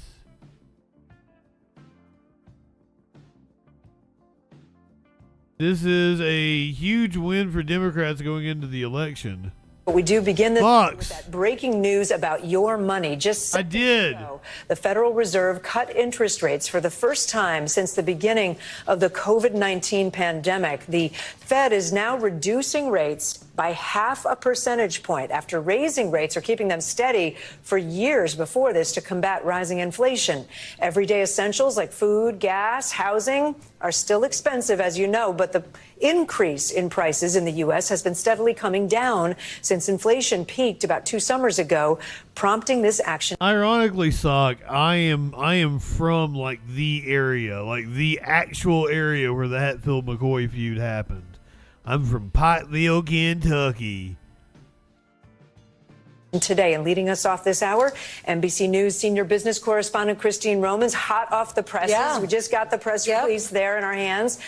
There were two choices, right? And this is the bigger amount that they could have chosen to lower. Absolutely. There was a big debate about whether the Fed would cut 25 basis points or 50 because the economy overall is solid, and the Fed is noting that. But it is saying that 50 basis points is how much it will cut. Now, remember, it had raised interest rates 11 times and then kept them really high for a really long time in its effort to kill inflation. So inflation is on the right track, and the Fed feels like it is okay to take 50 basis points off. Okay, wait. And if you don't speak basis points, what does that mean? It's 0.5%. 0.5. So that means it's lowering its Fed funds target. It's Lord, good evening. These are the things that your mortgages and auto loans and credit cards are pegged to or follow. It's dropping that target rate to 4.75% to 5%. So it has a little range. Look at the stock market seems to like it here because it shows that the Fed is being aggressive and trying to protect the job market. We'd heard the Fed chief in recent weeks say that now inflation was less of a problem, and the bigger concern was making sure the rest of the economy, especially the job market, stays strong. So that's why they cut 50. Okay, but does this also signal by going, with a little bit more of a cut, does that signal that there are things they're worried about in our economy? And that'll be the question that Jay Powell will get when he has a press conference in about a half an hour. We'll all ask him that question, every journalist, I'm sure. And he's going to. But when you look at the statement, they're pointing out that inflation is making progress. Where was our press conference? It's growing at a solid pace. Jobs gains have slowed, but the unemployment rate is still slow. So you have this scenario where the overall economy is solid. Those rates had been so high for so long, the Fed wants to take that off. So given this news, 0.5% decrease in the interest rate, how can we at home use this to our advantage? Mortgages, credit cards, is it time to refinance your house? So it's going to be a better time to refinance your home. I just was talking to a homeowner who bought last December. Their mortgage is at 8.1. This is good news for them. But the Fed is expected to continue to keep cutting interest rates. So heading into the spring, you're going to have more and more opportunity to refinance those loans. Credit card and car loans. I don't know what any of this shit means. Come down a little bit more slowly, but I would say if you've got a bunch of credit card debt, go ahead and call your credit card company and say, I'm paying on time every month, at least the minimum. Could you please lower my credit card rate? It's just worth a shot. This is what the Fed Chair Jerome Powell said during his opening remarks. The labor market has cooled from its formerly overheated state. Inflation has eased substantially from a peak of 7% to an estimated 2.2% as of August. We're committed to maintaining our economy's strength by supporting maximum employment and returning inflation to our 2%. I work for multiple finance channels. Today, the Federal Open Market Committee decided to reduce... This is not a numbers guy. ...by lowering our policy interest rate by 0.5 percentage point. This decision reflects our growing confidence that with an appropriate recalibration of our policy stance, strength in the labor market can be maintained in a context of moderate growth and inflation moving sustainably. I'm of the opinion that nobody knows what any of this shit means. To reduce our securities holdings. He ain't got any fucking idea what he's talking about. Monetary policy. All made up. Reviewing economic developments. Again, we're about 20 minutes away from the Washington that economic activity has gubernatorial debate at a solid pace. GDP rose at an annual rate of 2.2% in the first half of the year, and available data point to a roughly similar pace of growth this quarter. Growth of consumer spending has remained resilient. I always, in the 80s, it was like 16%. From its in the early 80s. Last year. In the housing sector, investment fell back in the second quarter after rising strongly. And yet, houses were cheaper. How does that make sense? Resilient demand and the strong performance of the U.S. economy over the past year. In our summary of economic projections, committee participants generally expect GDP growth to remain solid, with a median projection of 2% over the next few years. In the labor market, conditions have continued. All right, shut up, money bitch. Get a little bit more news in before we do the debate. House Speaker Mike Johnson reacting to the rate cut. I mean, look, that's welcome news for consumers. It feels a little, the timing is a little suspect. I'm sure you'll hear a lot of that. What do you mean? Well, right on the eve of an election? I don't know. Count me as curious about it, but look, it's welcome news for consumers. I'll take it. Thank you, guys. On the eve of a shopping season. That would be what I would say, on the eve of a shopping season. Forbes Inc. Welcome in, my friend. Trump has been blaming Democrats for the tamped up rhetoric here in this country. Before President Trump was shot in the ear at a campaign rally in July, he made an initial pitch for unity. It did not last long. He's taken a decidedly different tack after a second apparent assassination attempt on Sunday at his Florida golf club. Less than 24 hours later, Trump laid blame for the political violence on Democrats, telling Fox News Digital the rhetoric of President Joe Biden and Vice President Kamala Harris. Come on, man. Dougie, good evening. We're causing me to be shot at while also asserting they are destroying the country from both the inside and out. Harris, he posted on social media, has taken politics in our country to a whole new level of hatred, abuse, and distrust because of this communist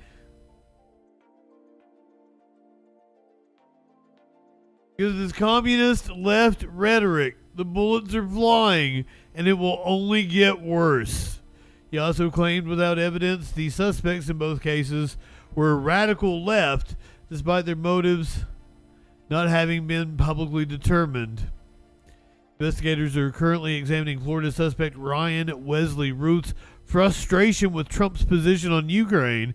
So at first, I assumed when he was all gung-ho on Ukraine that he was some sort of weird liberal or something, but no, he seems to be a right-winger, but was animated for Ukrainian liberation somehow. I don't understand it.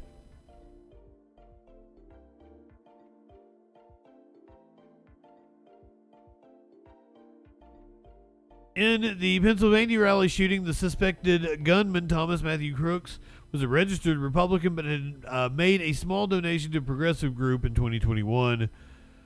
I believe he had no political motive. He just wanted to do what was... If it had been Joe Biden holding a rally, he would have tried to go there. If he hadn't had any access to a political figure, he would have shut up a school when school came back into session. Something that is my personal take on that one.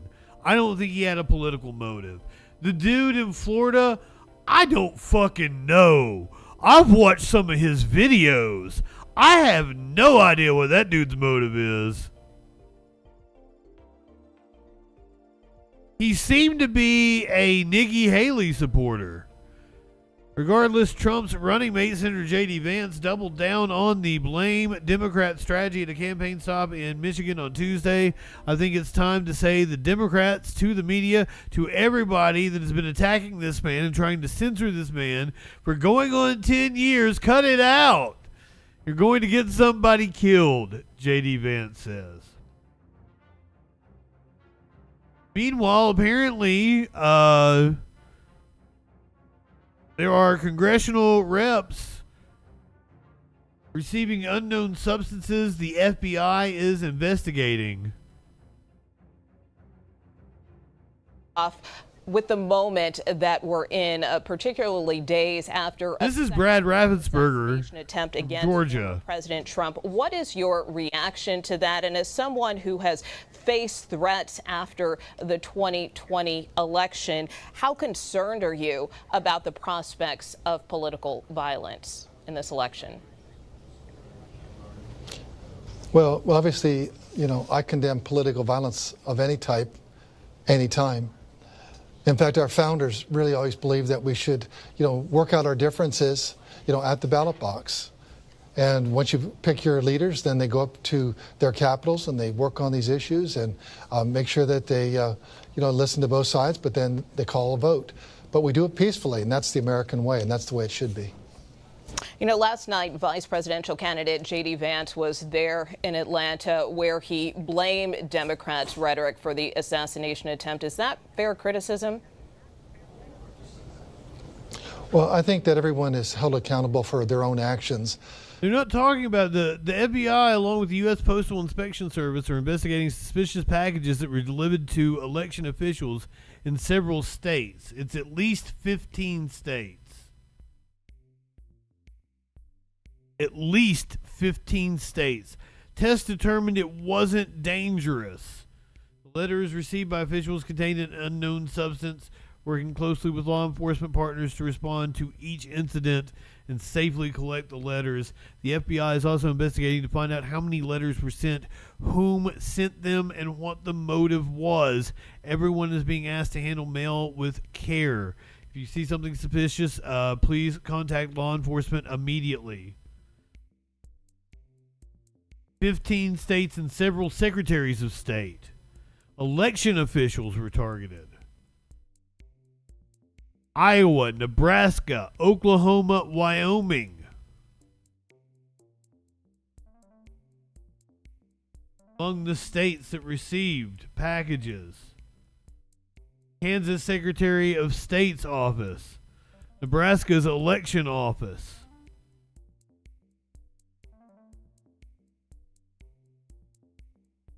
And so I think people need to be held responsible for what they do.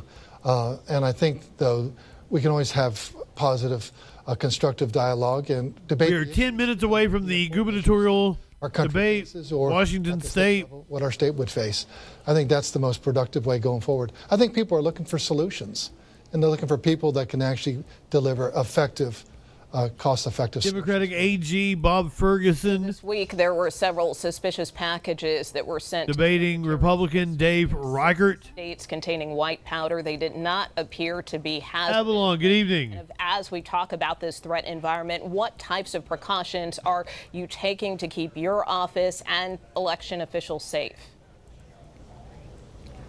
Well, we had Narcan that was actually intercepted before it was mailed out to Fulton County earlier in the year.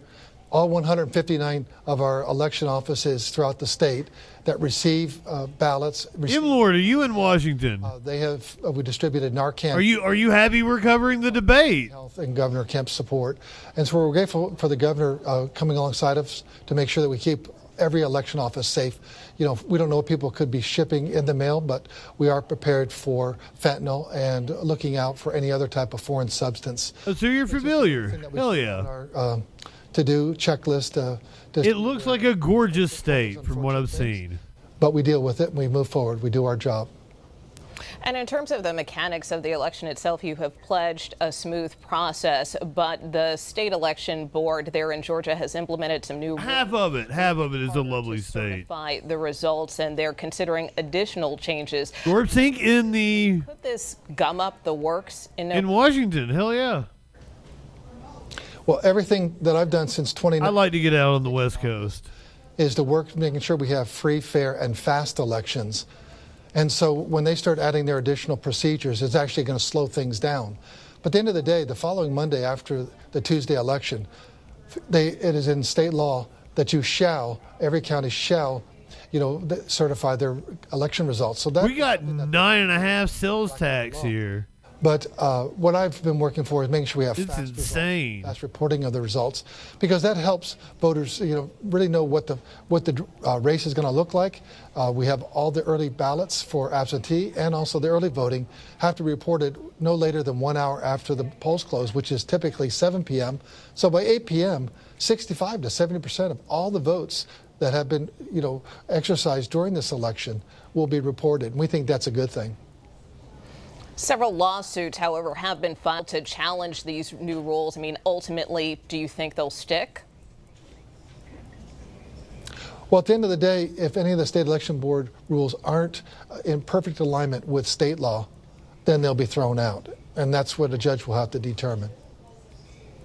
And as we get closer to the start of voting, I believe early voting starts there in Georgia in less than a month. What other steps are you taking to get ready? Well, today was the first day. I think you got cotton mouth. Ballots. They went out starting today. And then that'll then be followed by starting to send out absentee ballots to voters that have already got their applications in. And so that is the next step. And then we have early voting starting in the middle of October. So the counties have, right here in DeKalb County, they're doing poll worker training today. So I saw a whole bunch of people sitting at the rows and tables. I got a poll you can train on. All the counties have been working hard on poll worker training and making sure we're adequately staffed for the I love poll workers. We have. You then live in also sexual the election anarchy. Day results, and also the election day 14-hour days that we'll be putting in. Rathensperger talking about political violence. We are about 7 minutes away from the gubernatorial debate in Washington State. This is between Democratic Bob Ferguson, Republican Dave Reichert. Neither is an incumbent. Ferguson is the current Attorney General, up in the polls by 7 points, we heard earlier. Reichert, a bit of a nut job. It got contentious during their first debate.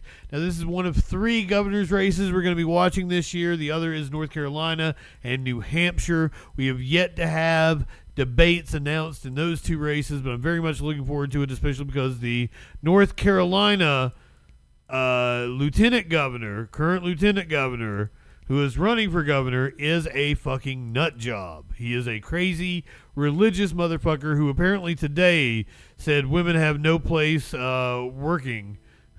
Like just today. Tomorrow, I think we're getting a debate between Tim Kaine and Hung Cao. They had 2 debates scheduled. I can't find anything about, this debate happening tomorrow other than the one place I found it the first time. All the other articles are talking about the October 2nd debate. But I believe we have a debate tomorrow night between Tim Kaine in Virginia, the incumbent senator, against Republican challenger Hung Cao, who is also a nut job. We're going to do one of every Senate debate this year. We're going to do one of the 3 governor's races I outlined for you. We've got a handful of congressional races we're going to be covering. Our first congressional race, Wisconsin's 8th, on Friday, September 27th. It's the first one we got scheduled so far. I keep checking the schedule to make sure we don't miss out on any debates. So we are 5 minutes away from the Washington State gubernatorial debate. Yes, Hung Cao. Hung Cao is his name. That's how it's pronounced. I am not saying it wrong. So we've still got plenty of news to be doing when we come back.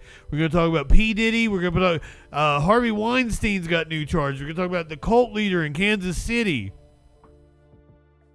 An 8-year-old kid drove herself to Target. That's what we're going to talk about at CAO. Hung Cao. So that's what we're going to be doing when we come back from the other side of the debate. The debate's at the top of the hour. I'm going to hit the 3-minute commercial break for those of you who aren't subbed on Twitch. So stick with us. We'll be doing the debate at the top of the hour. We'll see you on the other side of the break. If you're not subbed, you're also going to get a commercial break because I'm going to go take a whiz and refill my drink. We live in turbulent times. The media is full of deception, conspiracy theories, and fake news. Now, more than ever, it is important to ensure you're getting information from a source that's freaking reliable. I'm Justin Mullins, and this is the Freakin' News. Get a breaking or interesting story with a humorous twist in about a minute weekdays, 8 a.m. Eastern on YouTube, BitChute, Odyssey, and more.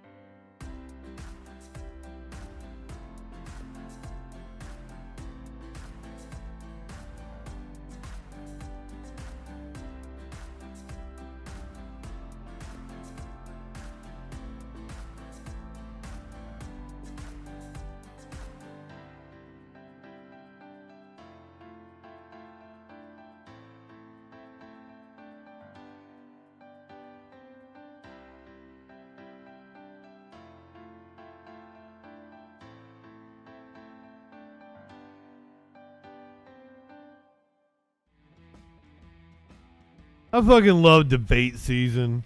I'm stoked. I got a minute and a half on the Twitch commercial break. So looking forward to this. Already got the live stream set aside here. I can't find where the live stream is for Hung Cow tomorrow. That's why I'm like, I think it's gonna happen.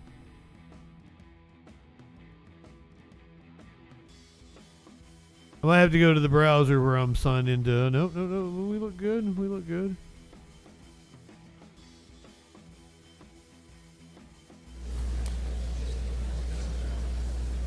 We are live. This is going to be the Washington gubernatorial debate. Yeah, what I have is if this isn't the second.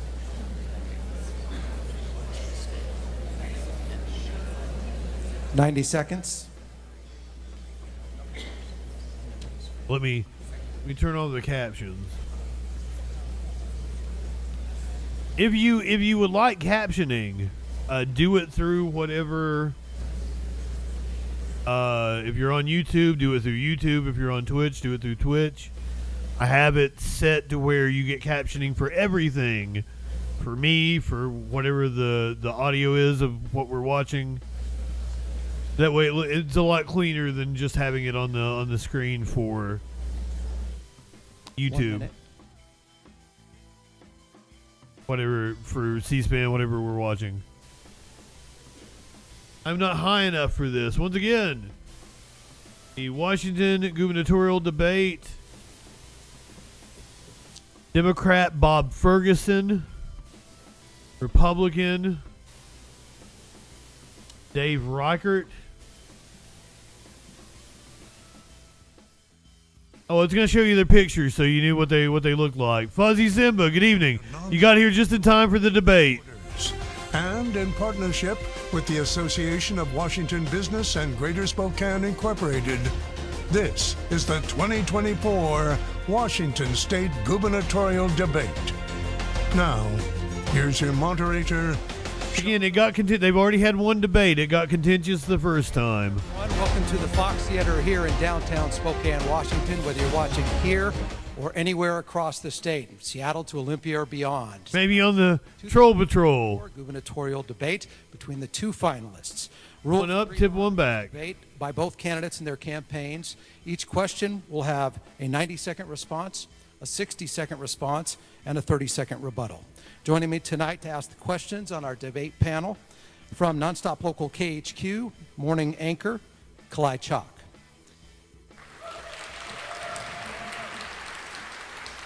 And Olympia-based staff writer for Pluribus News and longtime host of Inside Olympia on TVW, Austin Jenkins.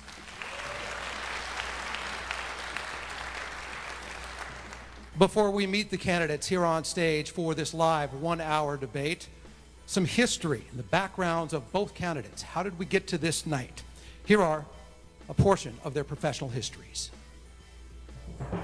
No fun. Primary fields in years. You voted, whittling down to two candidates for governor Democrat Bob Ferguson, Republican Dave Reichert. Two men on two sides of a similar coin, law and order, both now vying for the top job in Washington State. Ferguson is the law. He's been 12 years as Attorney General of Washington State. University of Washington graduate, started his career in Spokane clerking for a federal judge. From there, he joined a Seattle law firm and then moved into politics in 2003, a member of King County's City Council. In 2012, Ferguson was elected to the Washington State Attorney General's office, the 18th, and has been there for the past 12 years. If Ferguson is the law, Reichert is the order. A former King County Sheriff's deputy, Reichert was a Concordia Lutheran College graduate, played football for the Cavaliers. Reichert played a critical role in the task force in the search for Gary Ridgway, the Green River serial killer. He was elected sheriff just before Ridgway's arrest. As Ferguson was getting into politics, Reichert was entering the national stage. In 2004, he was elected to Congress and spent the next 15 years serving in the U.S. House of Representatives. Now both have their eyes squarely set on a job held by Governor Jay Inslee for the past 12 years, the governor's seat. Two candidates, one office to lead Washington State. Welcome to the nonstop local gubernatorial debate. Hell yeah, prepare thine asses. I'm Washington State's next governor. Let's welcome the candidates to the stage. Current Attorney General Bob Ferguson, former Congressman Dave Reichert. Both of them are pretty old. One of them definitely looks a lot younger than the other, though.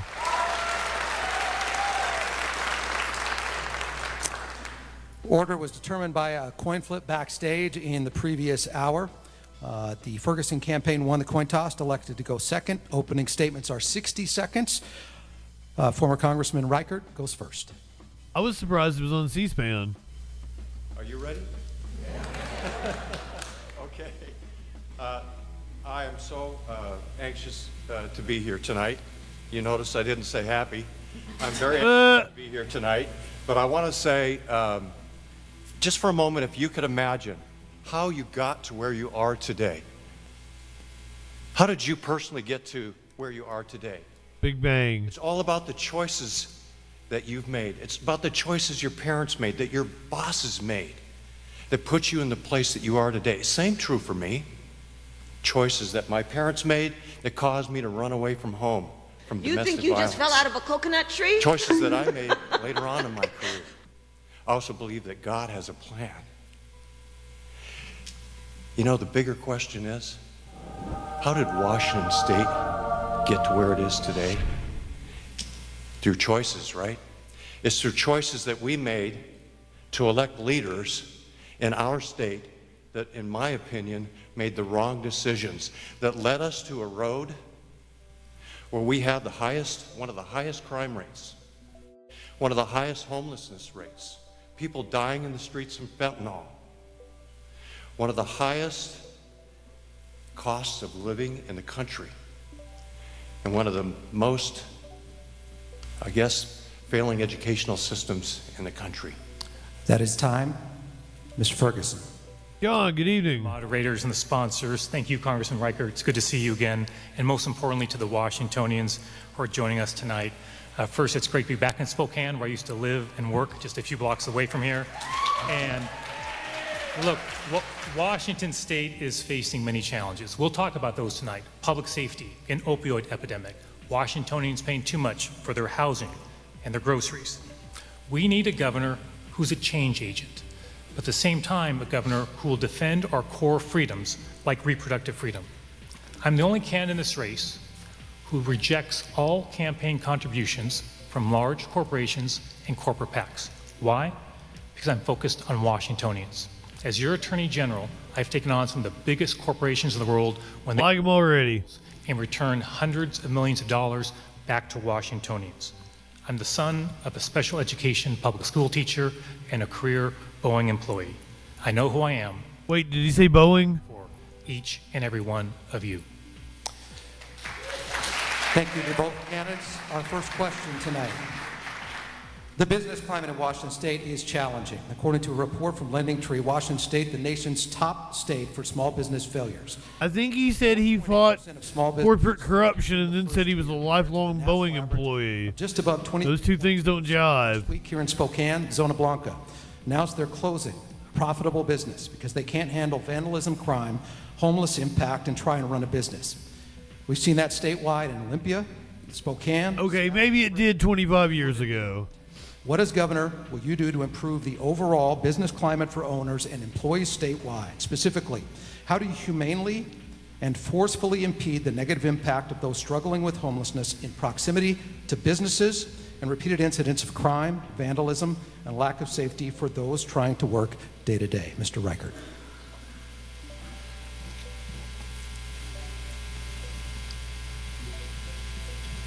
Well, I think it's obvious.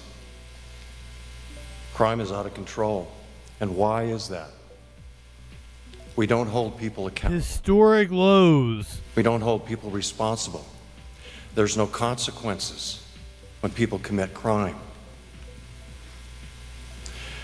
Part of the problem is we've legalized drugs.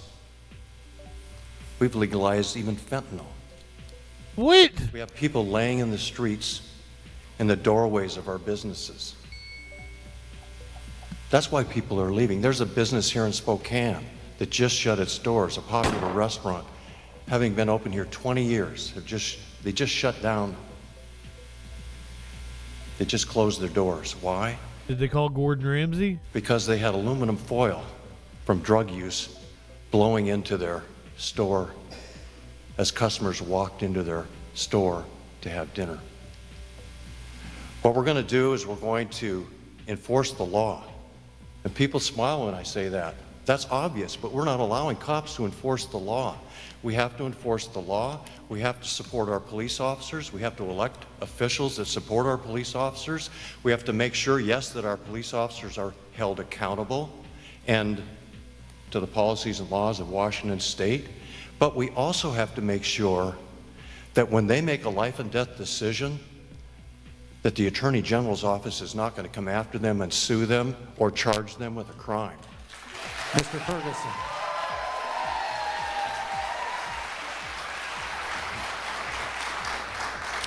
So I appreciate the question on small businesses and homelessness. Back in 1899 or 1900, my family created a business in Everett, Washington. It was a meat market. And for multiple generations, that small business stayed in my family and served that community, served food and created jobs through depression, through world wars. So I care a great deal about making sure we grow our small businesses. Part of your question goes to homelessness. A key question here is the contrast in our respective plans. In contrast to my plan, Congressman Reichert has literally proposed repeatedly to send homeless individuals to McNeil Island, which is where we keep our sexually violent predators. How do I know that? Because my team sends them to McNeil Island. That is a very unserious proposal for a very serious challenge. My team took on the biggest pharmaceutical companies in the world and held them accountable for fueling the opioid epidemic by not playing by the rules in pursuit of profits. We've recovered $1 billion, and I've insisted all that money be used for treatment, and that will help address the situation we're seeing and first responders as well. Mr. Reichert, 30-second rebuttal. Okay, here's the deal. He put sexual offenders in McNeil Island. We just released 68 violent offenders this year. Are you kidding me?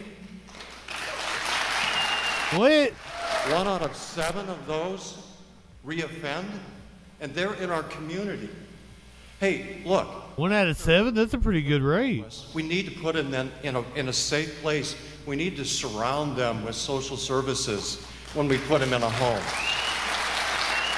We need to hold on. Only 1 out of 7? That is the Help time. them up off the sidewalk. Let's go over to our panelists, Austin and Clyde.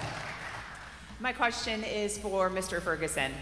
A recent Cascade PBS Elway poll shows economy, jobs, and inflation is the biggest issue for voters when it comes to the governor's race.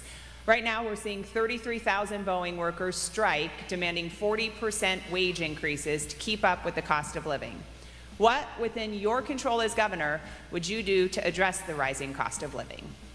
Thanks for that question. And just to respond to his last comment, I want to be clear, my office is the office that sends sexually violent predators to McNeil Island, Dave. And just so we're clear, 38 out of 39 county prosecutors who have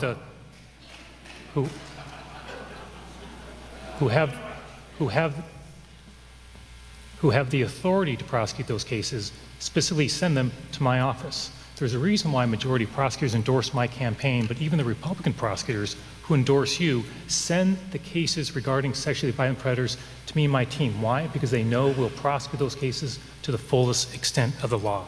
And look, on the question of the economy, I'm glad you're asking about this because this gets directly to a huge issue of the rising costs that we're facing from housing to groceries. As Attorney General, we've taken on entities that are engaging in price fixing. We returned recently more than $40 million to Washingtonians because tuna companies and chicken companies engaged in price fixing. I recovered those dollars, and what did we do with it? Sent it right back to the pocketbooks of Washingtonians all across our state. So we need... The other piece of this will be housing. In my first term as governor, we'll construct 200,000 units of housing of all kinds. You may not care where the homeless go, Dave, but I do. We need to make sure we have housing for those folks, market housing and affordable housing for workers that'll help our economy, that'll help our workforce. Mr. Reichert, 60 seconds.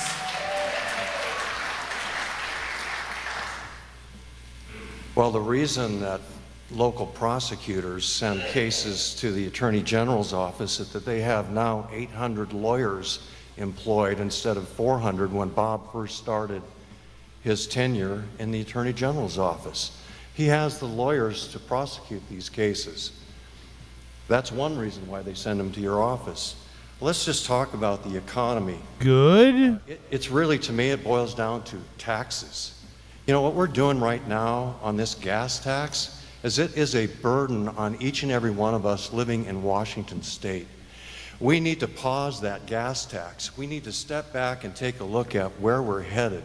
Everything that we buy today is a direct result of that gas tax. Everything that's transported from your house, from it seemed like a weird line of attack, didn't it, Flash? The train station, from the warehouses, is transported by a truck that's paying high gas taxes. Those costs are passed on to you. Mr. Ferguson, 30-second rebuttal. The Tri-City Herald once wrote an editorial about the way I run my office, and they said Ferguson runs his office like a business. We're actually a revenue generator for the state of Washington. That's what that legal team is doing, Dave. And when it comes to the economy, as we transition to a clean energy economy, I visited East Wenatchee and went to an apprenticeship training program. Hundreds of workers across our state being trained there for a clean energy economy. That's how we can help get great jobs for workers all across our state. We'll invest in more trainings just like that. Mr. Reichert, public education Media wins. Good evening. really linked to the economy and the future of this state. Just getting here, this is the Washington gubernatorial debate. The Superintendent of Public Instruction says the state is underfunding public schools to the tune of about between $4 billion Bob a year. That's Ferguson, the Democrat, and Republican Dave Reichert.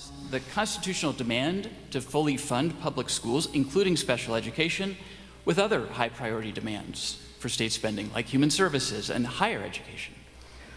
Well, as we know, special education has not been fully funded for years. I know there's been attempts to do that, and that is one this is Republican Reichert. to make sure that special education gets fully funded.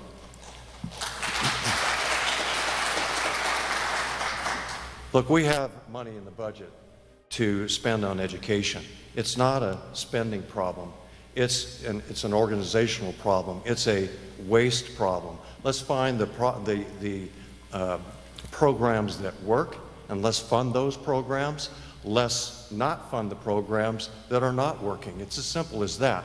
Our government You make it sound real simple. has a $41.8 billion surplus right now.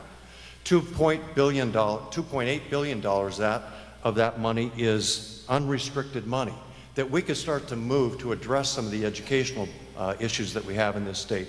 What I would like to do is to start some Head Start programs that really focus on people who are interested in the medical field, in the mental health professional field, EMTs, paramedics, teachers, even law enforcement age. Start a Running Start program, for example, in our junior high schools so that they can start to focus on those professions that they are interested in immediately instead of waiting until college to pay those higher costs.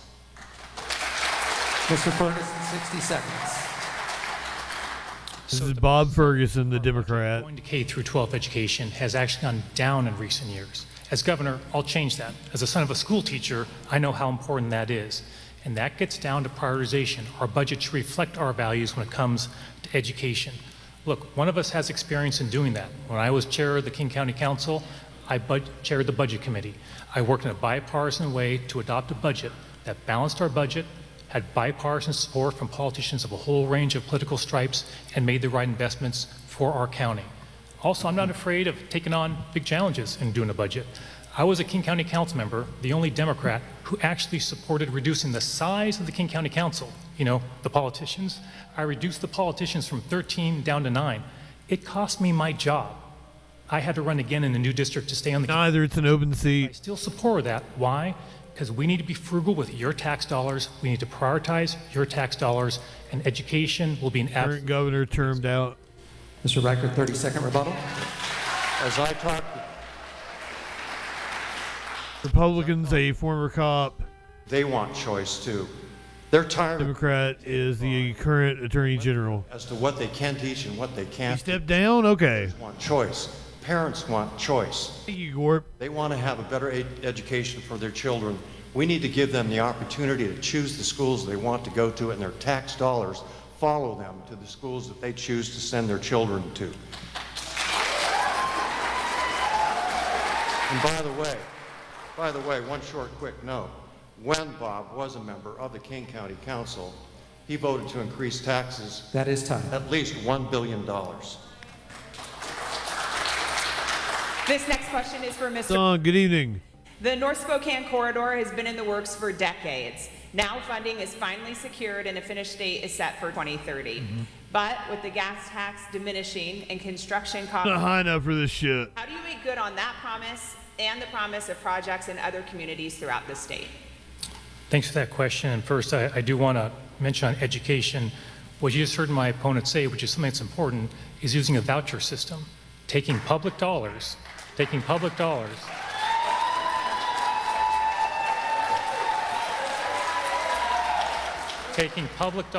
away from our public education system and sending those public tax dollars to unaccountable private schools.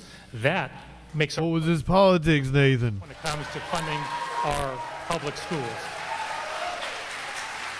Now, on the North-South Freeway, and frankly, other key projects, right? Palouse to Cooley City, freight rail, right? The US 12 project down in the southeastern corner of the state. These are all key projects. On the other side of the mountains, right? The Columbia River crossing, all key projects.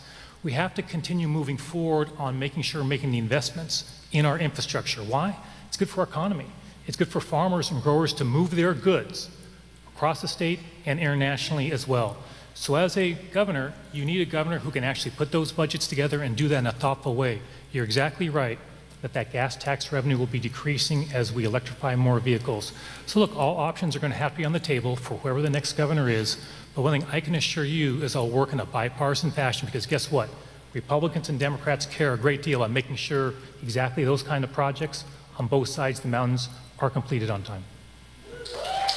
Mr. Reichert, 60 seconds. Well, he is right, as I said earlier, you do have a choice in who your leader is. And as I pointed out earlier in my opening comments, we've made some bad choices. This time we have an opportunity to make the right choice. By the way, we don't need to tax people out of their jobs and out of... Last that happened in the Georgia Senate debate with Herschel Walker in 2022. Tabs and the license taxes, auto taxes, maybe taxes on cars. We can shift those over to the transportation budget and help pay for repairing our roads and fixing the ferry system and finishing the highway here in Spokane that we've been waiting for years. You know, the Seattle Times has made a comment, just to get back to education quickly. that they actually support charter schools too. They see them as successful. People have noticed that across the country. The charter schools do have a success. I think competition is good. That is time, Mr. Ferguson. 30-second rebuttal. And one thing I want to highlight is that you didn't mention this project, but I referred to earlier, that Palouse to Cooley City, right? That is rail for wheat growers. That's rail for farmers to move those goods. So the way I would view this as a governor, that's not some line on a budget, right? That is a project that's having an impact on businesses and our economy all across the state. So as a governor, you need to make sure you're seeing the people behind that and the business behind that in making our investment decisions. That's why we'll fund those programs. And to all of you here in the Fox Theater, there is enthusiasm on both sides. I just respectfully ask you to decline applause until the very end so we get as much question and answer format here with the two candidates as we have them. Thank you respectfully. Austin. Mr. Reichert, for the past 12 years, current Governor Jay Inslee has prioritized combating climate change and shifting the state to a clean energy economy. Besides the Climate Commitment Act, which is on the ballot this year, Inslee and legislative Democrats have enacted several other climate policies. They include a plan to phase out the sale of new gas-powered cars and a shift to 100% clean electricity. As governor, what priority would you put on reducing Washington's carbon emissions and transitioning away from fossil fuels? Yeah, I think as Washingtonians, we are all very keen on and astute to the issues of the environment. We all want to make sure that Washington stays clean, green, and pristine. That's what I worked hard to do in Congress. I added 20,000 acres to Alpine Lakes Wilderness. I supported Wild Sky. I initiated the legislation that led to the Mountains to Sound Greenway. Those were all things that I worked on in Congress to keep Washington green, clean, and pristine. I am a person who looks at all of the above energy. As we move forward, we need to move ourselves off of fossil fuel. Yes, we do. But we've got to transition into that. We can't put a pre-designated date on when we're going to change things and then expect things just to work. That's when things fall apart. We've got to have a plan. We've got to look into the future and figure out, you know what, we're going to go forward, but we've got to make sure that we don't hurt the people of Washington State along the way. Mr. Ferguson, 60 seconds. So Dave has a history in this campaign of saying one thing when he's before an audience like this and something very different when he thinks he's speaking behind closed doors. Dave, you're caught on audio denying that humans contribute to climate change. Ooh. Go to ReichertRevealed.com. It's actual audio. So here you sound very reasonable, but when you're behind closed doors, it's very different. Look, we need a governor who actually understands and believes the science behind climate. That helps us with the right kind of investments. Look, in the Tri-Cities, Atlas Agro, this huge business is coming to the Tri-Cities. It's a massive project, hundreds and hundreds of jobs, clean fertilizer. That's the kind of investments we can make as a state. Not only is that good for clean air, not only is that good for clean water, it's also good for jobs. It's good for our economy. And that, as a governor, is what my focus will be. Believe the science, follow the science, pay attention to jobs, and make sure we're building our economy while also taking care of our climate. Mr. Reichert, 30 seconds. It's not just pay attention to jobs. It's not just pay attention to jobs. It's all about jobs. It's about your security, job security, your family's security. And that's what we need to keep our focus on. Yes, the environment is a part of that, but we've got to work smart when we do this. And look, here's what I said. You want to go and find out really?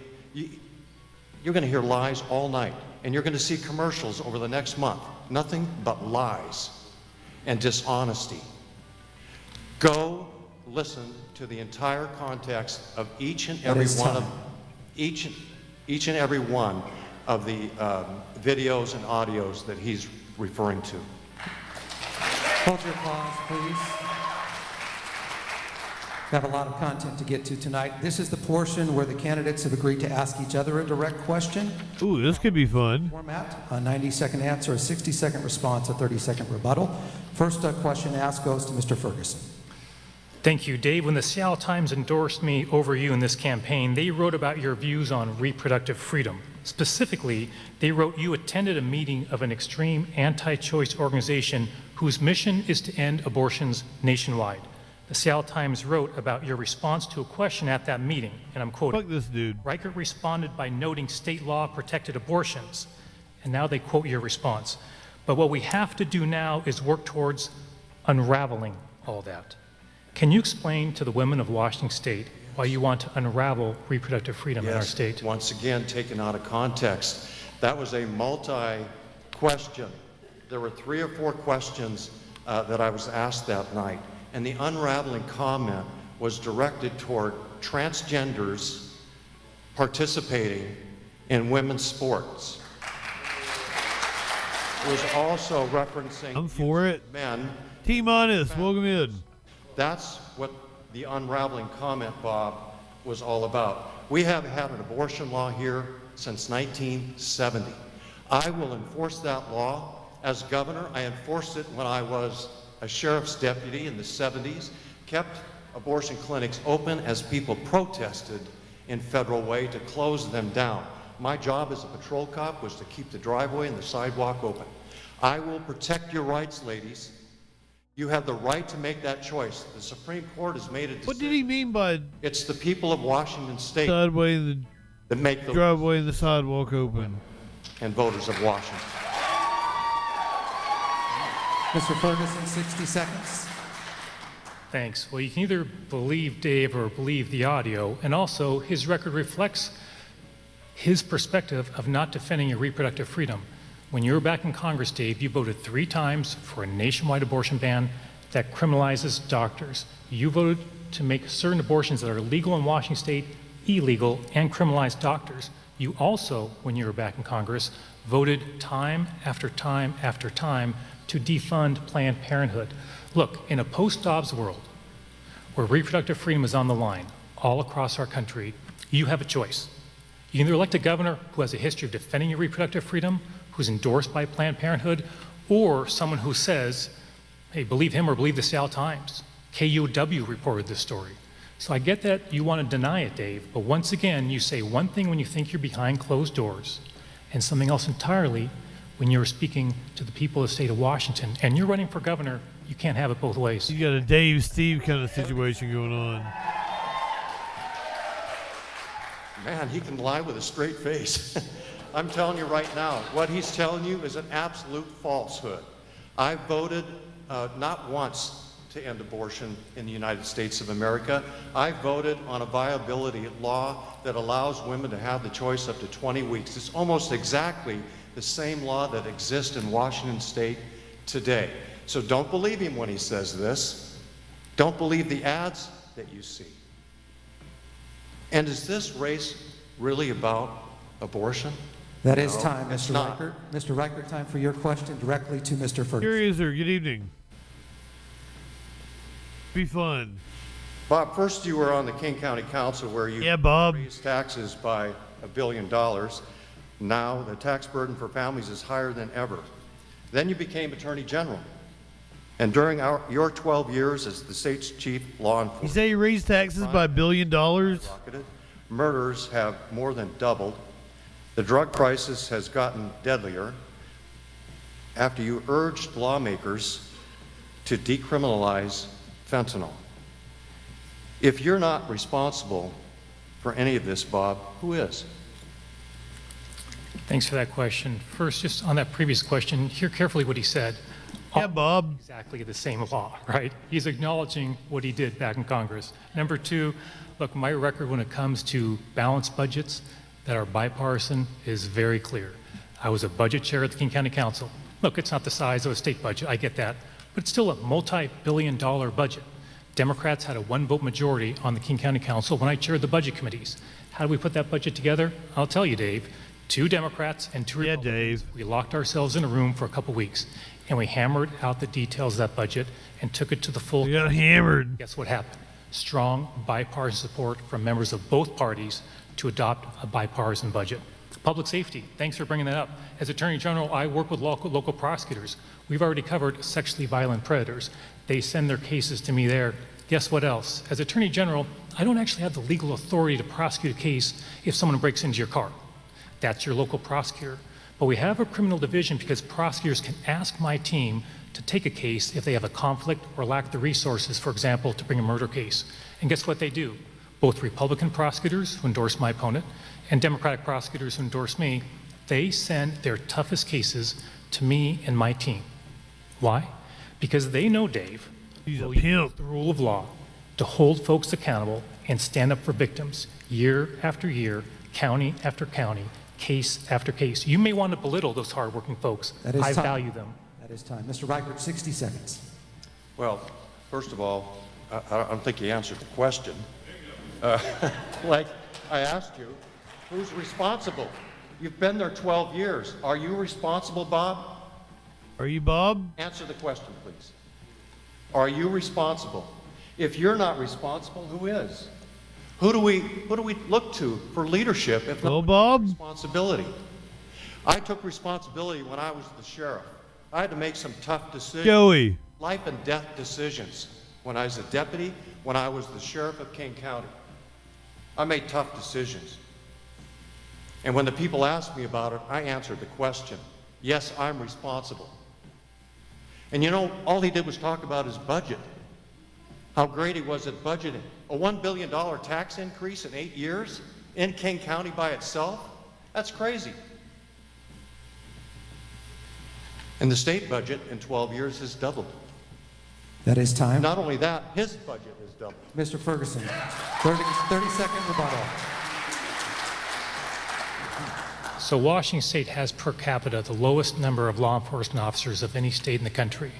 My criminal justice plan details how we're going to change that. In my first budget as governor, we're going to put together a budget that invests $100 million. So local jurisdictions, your cities, your counties, the folks who hire most of the police officers across our state can use those dollars for increased salaries, for signing bonuses. That gets first responders on the streets. That helps solve crimes and lets the prosecutors in my team, in my office, do the work to send those folks away. That is the first half of the 2024 gubernatorial debate. Thanks to both candidates for being here. If you're just joining us, this is the Washington State gubernatorial debate. The man on the right was Democrat Bob Ferguson. The man on the left, You're watching the Republican Dave Reichert. gubernatorial debate between candidates Bob Ferguson and Dave Reichert. I just said that. Back. Oh, Joey, you know we would totally watch that video. Running for governor in Washington State. During the short break, we'll take a look at some of the ads that are running from both candidates. Well, this should be fun. Big family. My mom was a public school special education teacher, and my dad worked at Boeing. They were always around for us. It's harder than ever for families to do the same. Skyrocketing costs and rising crime are making times really tough. I'm running for governor so families have an easier time making ends meet, and our loved ones, like Jack and Katie, have a safe and secure future. I'll work to lower costs, invest in technical education and apprenticeships. This is the ad Avalon's been skipping. So we combat crime, improve public safety, and get those in crisis. On your YouTube videos. It won't be easy, but I've never been satisfied with the status quo.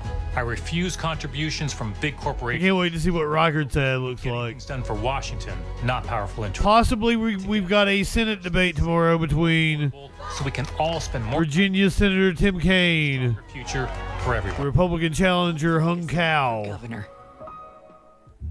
What do Dave Reichert and I have? Supposedly there was one scheduled for tomorrow, but I can't find. And men who beat. I can't find a time. Say that trust Dave with their lives, they can. If we don't get one tomorrow, it is on October 2nd. They had two scheduled. No one is saying that about his opponent. Dave Reichert for governor. Dave makes us feel safe. He's the change we need. Not high enough for this shit. Those were some of the campaign ads featuring the candidates in tonight's gubernatorial debate in Washington State. We'll take you back now to Spokane, where the debate is about to resume. One back. You're watching live coverage on C-SPAN 2.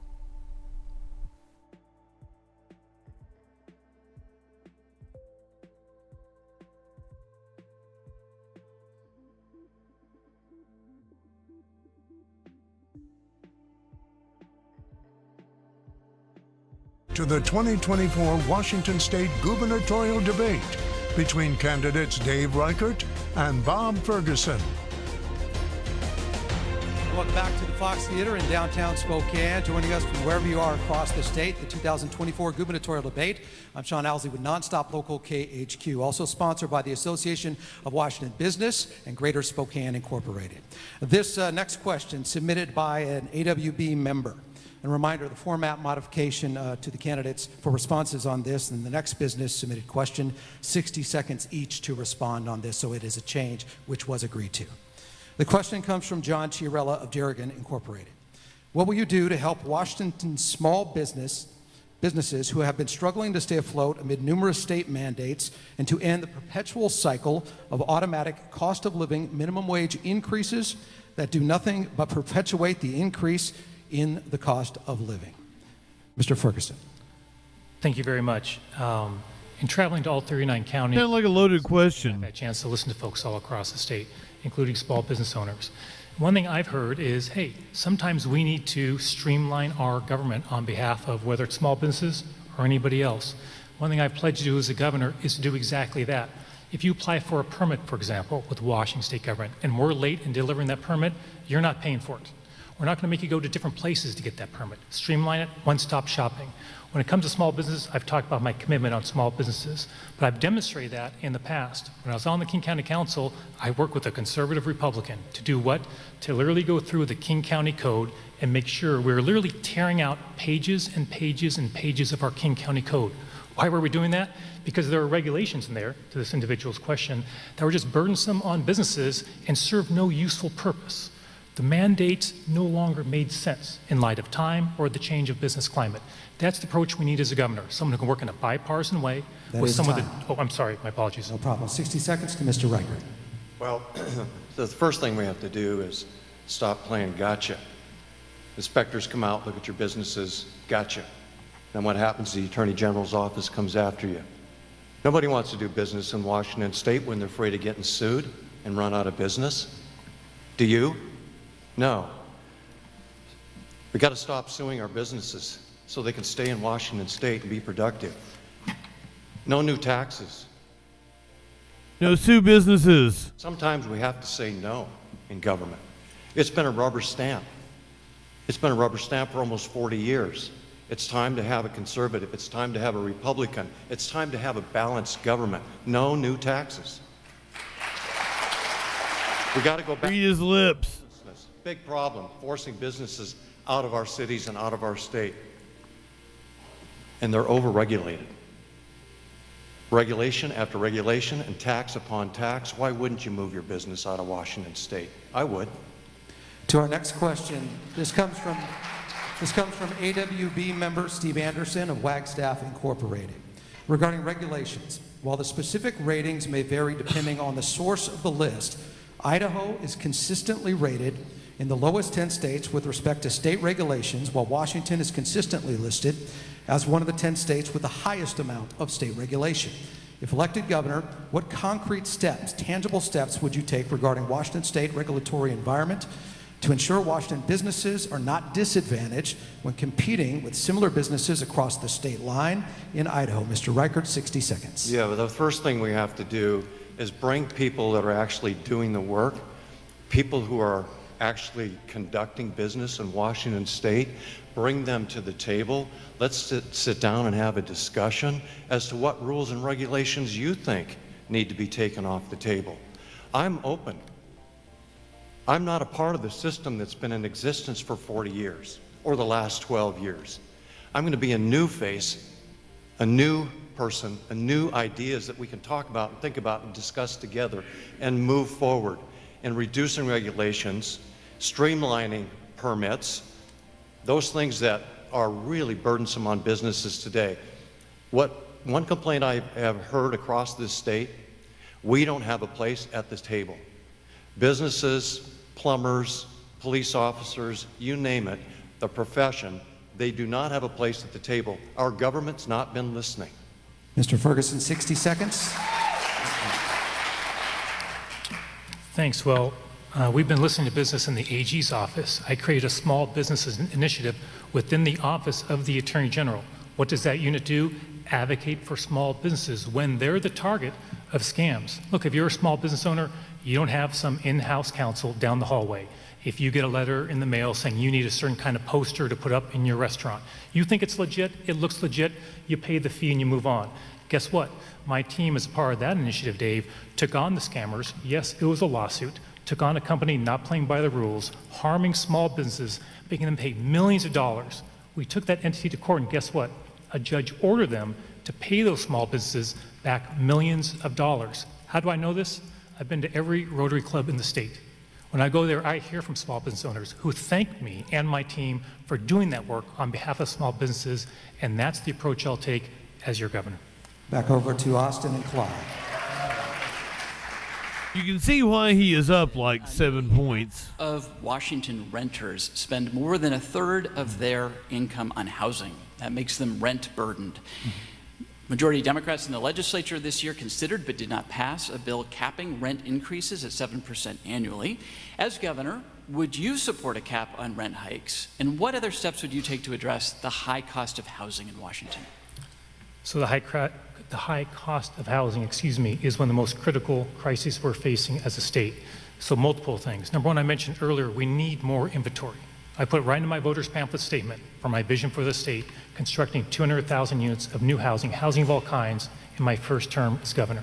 As Attorney General, we recently took on another lawsuit, Dave, standing up for Washingtonians, an entity that's engaging in price fixing on rent, artificially raising rents and making Washingtonians all across our state pay more. That violates the law and harms Washingtonians and goes exactly what Austin is getting at, higher rents. That's unacceptable. So look, I'm open to proposals that address exorbitant hikes. Look, the good news is most landlords don't want to do that. They want to play by the rules, but we need to make sure that we have a market that works for all Washingtonians. One more thing I'll say on housing, which was a key part of your question. Look, housing is buried in the bureaucracy of state government. The head of housing is buried in commerce. I'm going to pull that person out and that team out, and guess what? The head of housing is going to be a member of my cabinet. So every time I'm having a cabinet meeting, I'm getting an update, Austin, in real time about how we're doing on addressing the affordable housing crisis that we have in the state and making sure we're working in public-private partnerships to address this key issue. One thing in going to all 39 counties, this issue is the one I heard the most from Washingtonians. Mr. Riker, 60 seconds. Well, hey, if it's in his voters pamphlet, it's got to be true, right? I mean, I believe him. He still hasn't answered the question, who's responsible? Look, he sued Value Village. It cost us millions of dollars and lost. He lost. It cost us millions of dollars. He sued the chicken company. The chicken company. And he sent out $200 checks. Remember this? The $200 checks went to deceased people. That's efficiency? And that's how you're going to fix the problem? That's how you're going to reduce your budget? You know what we need to do? We need to make it easier for renters, for landlords, to evict people who aren't paying the rent. We need to change the squatter laws. People need to, they shouldn't be allowed to move into someone's house and just squat there. We need to change those laws. We need change and streamline the permitting system. If you just got here, I'm sure you can probably tell who the Republican is. 30 seconds. You mentioned Value Village. It's true, we lost that case. It's literally, Dave, the one case we brought on behalf of Washingtonians that we lost. We've won 700 or 800. And those are cases that have returned literally hundreds of millions of dollars back in the pockets of Washingtonians. We've also had debt relieved for millions and millions of Washingtonians, totaling $1 billion. That's the work my team does every single day to do what? To stand up for everyday Washingtonians. My question is for Mr. Riker.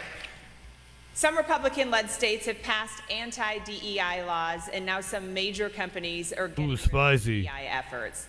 As governor, what direction would you give to the state's Office of Equity, and what's your message to Washington businesses? Getting into the bullshit part of the show. Well, I really am struggling with this because I really think that we all need to treat each other with respect and dignity. And that should be taught in our schools no matter what.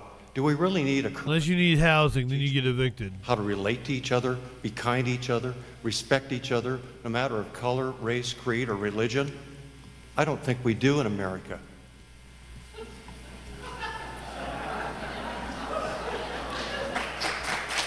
This is the punchline. It's the land of the free, it's the home of the brave. It's a land of opportunity. And we need to treat everyone with respect and give each other the same opportunities that we would expect for ourselves. So, no, I don't agree with DEI, but I do agree with treating people with respect and hiring the best people. That's what I did when I was the sheriff. I had an all-female staff, chiefs and majors, and the commander of my internal investigation.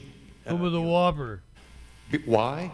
Not because of their color, not because of their sex, but because they were the most qualified people. That's what America's about. Mr. Ferguson, 60 seconds. Thanks. One of our great You strengths live in as a state, of sexual course, is our anarchy? diversity. And as a governor, that's something that I will defend. You mentioned words, Dave, about treating everybody with dignity and respect. And I just can't help but point out that, once again, on audio, in a meeting which you were behind closed doors, but now you can listen to on ReichertRevealed.com, you expressed your opposition to marriage equality. You said marriage is only between a man and a woman. And I'm sorry, but that stings for our LGBTQ Washingtonians. And I want those individuals to know that they have a choice of a governor who supports their freedom to marry the person they love, just like I could marry my wife, Colleen. I defend that freedom. Dave, you oppose it. Yeah, fuck you, Dave. 30 seconds, Mr. Reichert. To have your cock in my mouth. No, I don't oppose I'm going it. to give you the That's another blowjob lie. of my wife. Then I I happen to want you believe that marriage inside is of between a man and a woman. That's my faith. But that doesn't mean I'm going to impose that on the people of Washington State. You have the right to choose who you love. You have that right. And I'm not going to stand in the way. I'm not going to impose my religion on you. But where was Bob when we talk about DEI, when we talk about equality? Damn it, where Bob. was Bob when the ugly head of anti-Semitism raised up on the university campuses here in Washington State? Where was Bob? Where was Bob's voice? Yeah, Bob. That is your time. Back to the panel, please. Mr. Ferguson. I'm telling the truth. Mr. Ferguson, Bob. a question Bob. about the state's tax system. In 2019, the state legislature established a bipartisan legislative tax structure work group to recommend ways to make Washington's tax system more fair and stable. Last year, the work group delivered 2 proposals to the legislature, including a recommendation that the state replace the business and occupation tax on gross receipts with a margin tax. What is your view of the fairness of Washington's current tax system for individuals and for businesses, and what, if any, changes to that system would you support as governor? Yeah, our system in Washington State is very regressive. I think we currently rank 48th or 49th in terms of having the most regressive tax systems in the country. What does that mean if you're listening at home? That means if you're a low income or moderate income or middle class person, you are paying a greater percentage of taxes than someone who's very wealthy. And so that is something that the state needs to be thinking about and addressing. Look, I supported a capital gains tax. The investments from a couple thousand households of the most wealthy Washingtonians is used to help out our schools, school construction, childcare, critical programs for all Washingtonians. So from my standpoint, when it comes to a tax system, this needs to be done the same way I did as a King County Council member, working across the aisle, sitting down with members of both parties, and making sure we have a system that works for all Washingtonians, but with the key focus on middle-class families, lower-income families. I'll give you an example. We should be investing more in the Working Families Tax Credit so you pay less in taxes. That's a great program the state has, but guess what? We need to invest more in that program to assist Washingtonians all across our state. So that's my approach as governor, making sure that businesses pay less, middle-class families pay less, and making sure we do a balanced budget that provides for all Washingtonians. Mr. Reichert, 60 seconds. I agree with Bob on this issue. We do need to make sure that small businesses pay less and that families, hardworking families, middle-income families pay less taxes.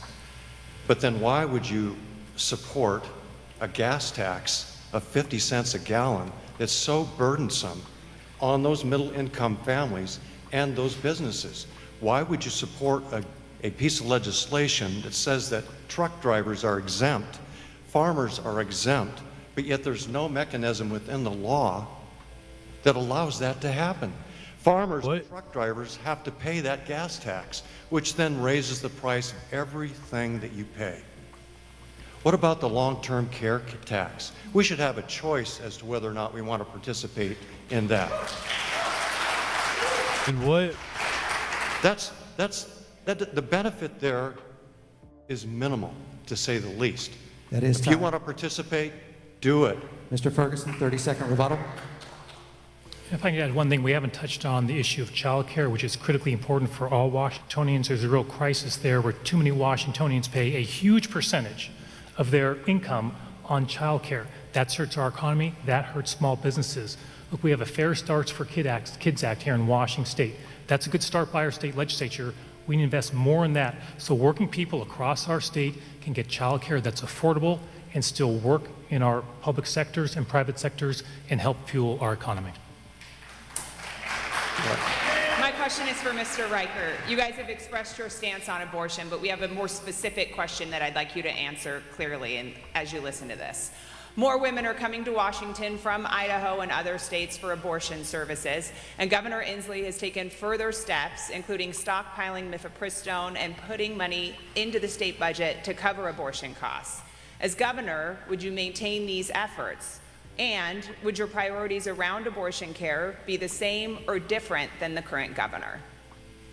Is that to me first? I'm sorry. Yes. Yes.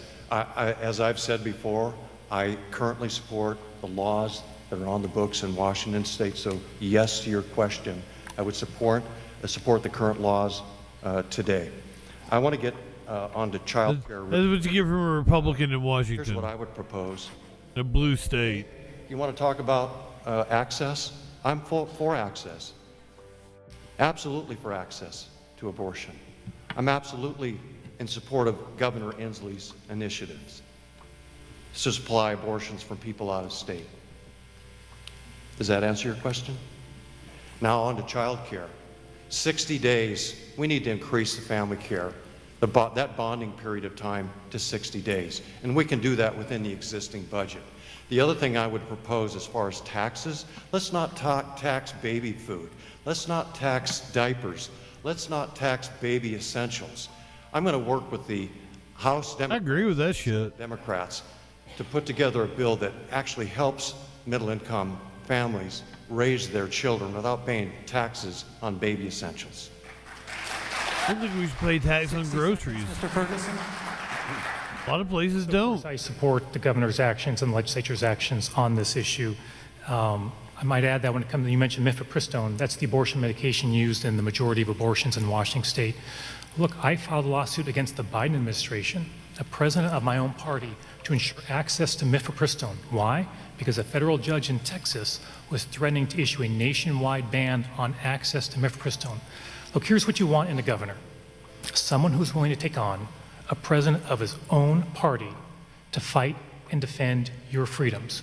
We took on the Biden administration, we're winning that case, and that's why we preserved access to mifepristone. So you can either choose someone who's voted for nationwide abortion bans, someone who's voted to defund Planned Parenthood, or you can vote for a fighter and someone who's unafraid to even take on a president of his own party to defend your freedoms. 30 seconds, Mr. Riker. He's a very meek man. Well, this is an area He'll come at you. I agree. I don't have anything more to say. I agree with what he said. I support the current laws in Washington State. That takes us now to our closing statements. Each candidate will have 30 seconds. We begin with Mr. Riker. Okay, tonight, Bob is asking you to believe that he will change the way he's done business for the last 12 years. That's not going to happen. We know that. It's not going to change. He says he's the change agent. That's not going to happen. I am asking you to believe that together we can make change in Washington. I don't believe in shit. A Democrat House, a Democrat Senate, working together with, yes, a Republican governor, balanced government. We can do this together. That's the change agent. That's the change agent. A balanced government in Washington State, mind-blowing. Right? We can do this. Mind-blowing. Toward is a government based on leadership, on integrity. Imagine an Like a honest good panini. a government based on servanthood and on a team that's built on servanthood and integrity. I Like a vodka sauce. Mind-blowing. government. We can lead the country. We can show the country what it means for a divided state like Washington. Used to be a sheriff. To come together to fix what's broken, change what's wrong, and do what's right.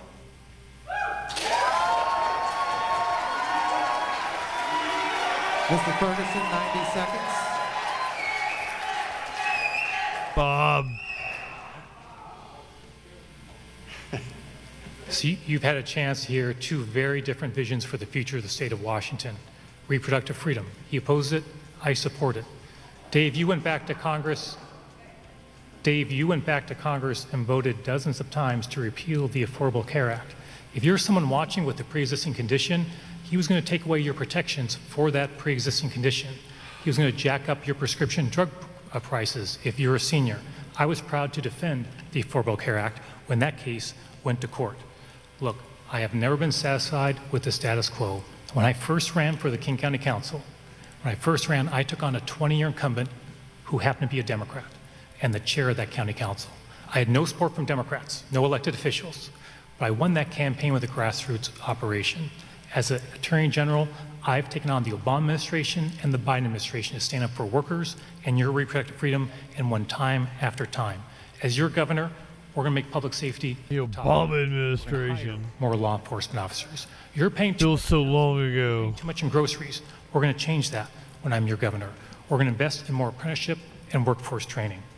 My family's been in the state for 5 generations. I'm looking forward to watching this debate with my teenage kids and my wife Colleen a little bit later on. But this campaign is not about my family, it's about yours. I will defend your freedoms and I'll advocate for you each and every day if I'm elected governor. Thank you very much.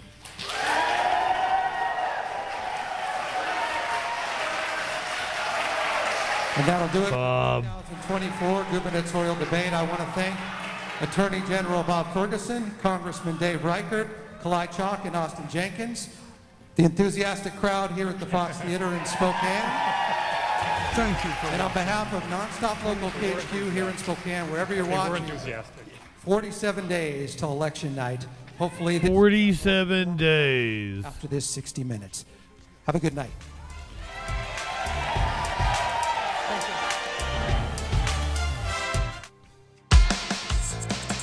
There we go. Middle and high school students. Attention middle and high school students.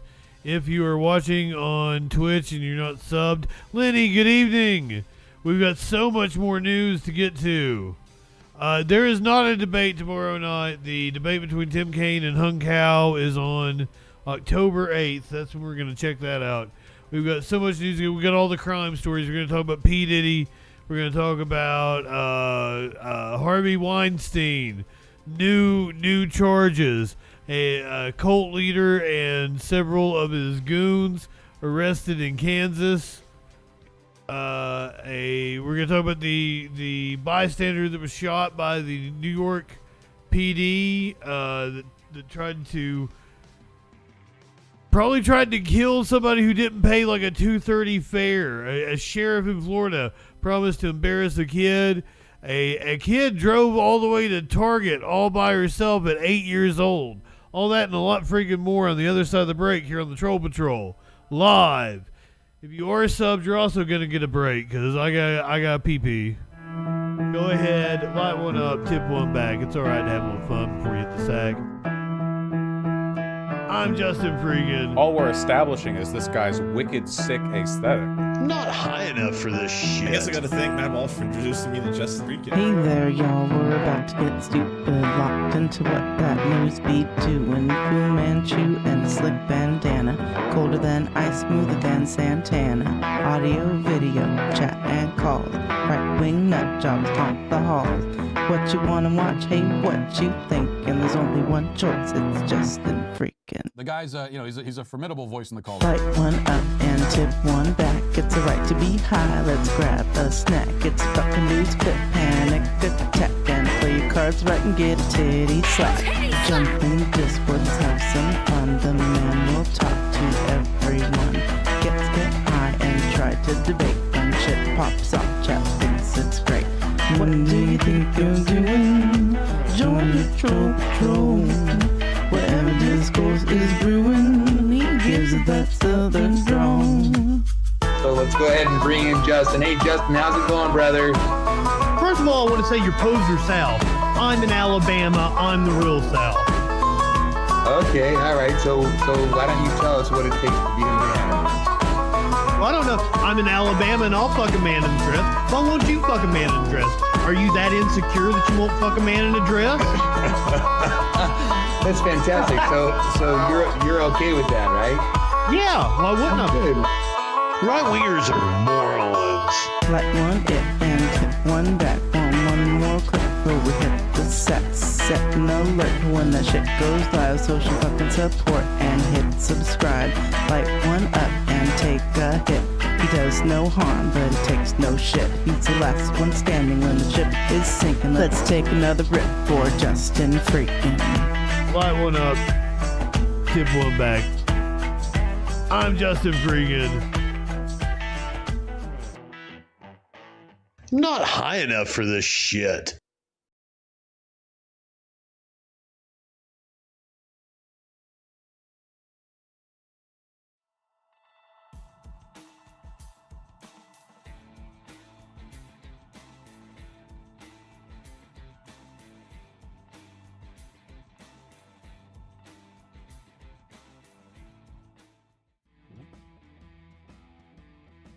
I was in Alabama when I said that.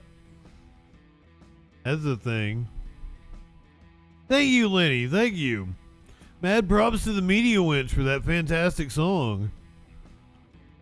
I only exist as a mass delusion brought on by the need for someone like him in your lives, yes.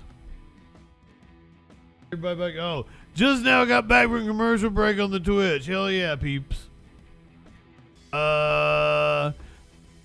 We left off with Diddy. We're gonna talk about Diddy. Okay, I gotta hit the content warning on this one.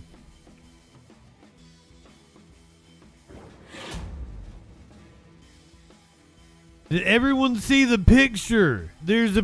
So the man was arrested with 1,000 bottles of lube and baby oil, and I have a picture. There's a picture. He was spotted playing hacky sack, laughing in bizarrely carefree Central Park outing before his sex crimes arrest. That's not Diddy. Why we soil Daniel Craig like that? This is Diddy playing hacky sack.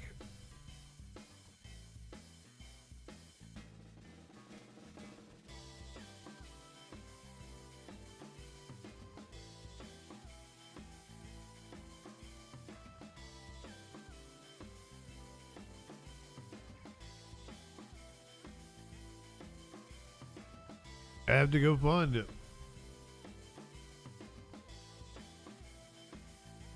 Doesn't seem very bothered.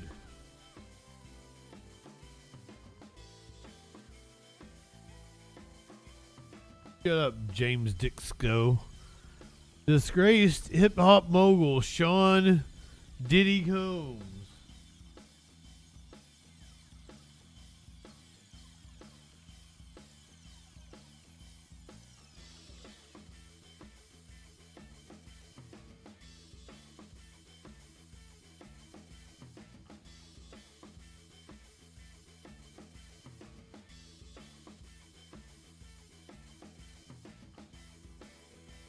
Where are the pictures? Oh, I see AI pictures of the baby oil. No, I saw like the cops raiding a lavish bedroom with baby oil. I can't even find the picture anymore. Goddamn.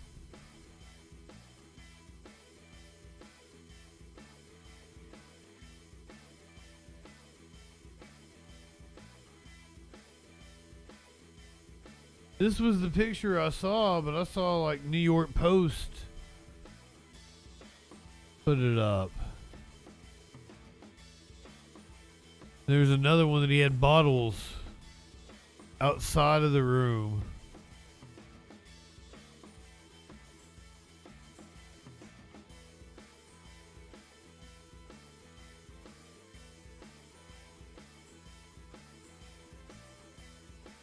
It is quite the supply. 1,000 bottles.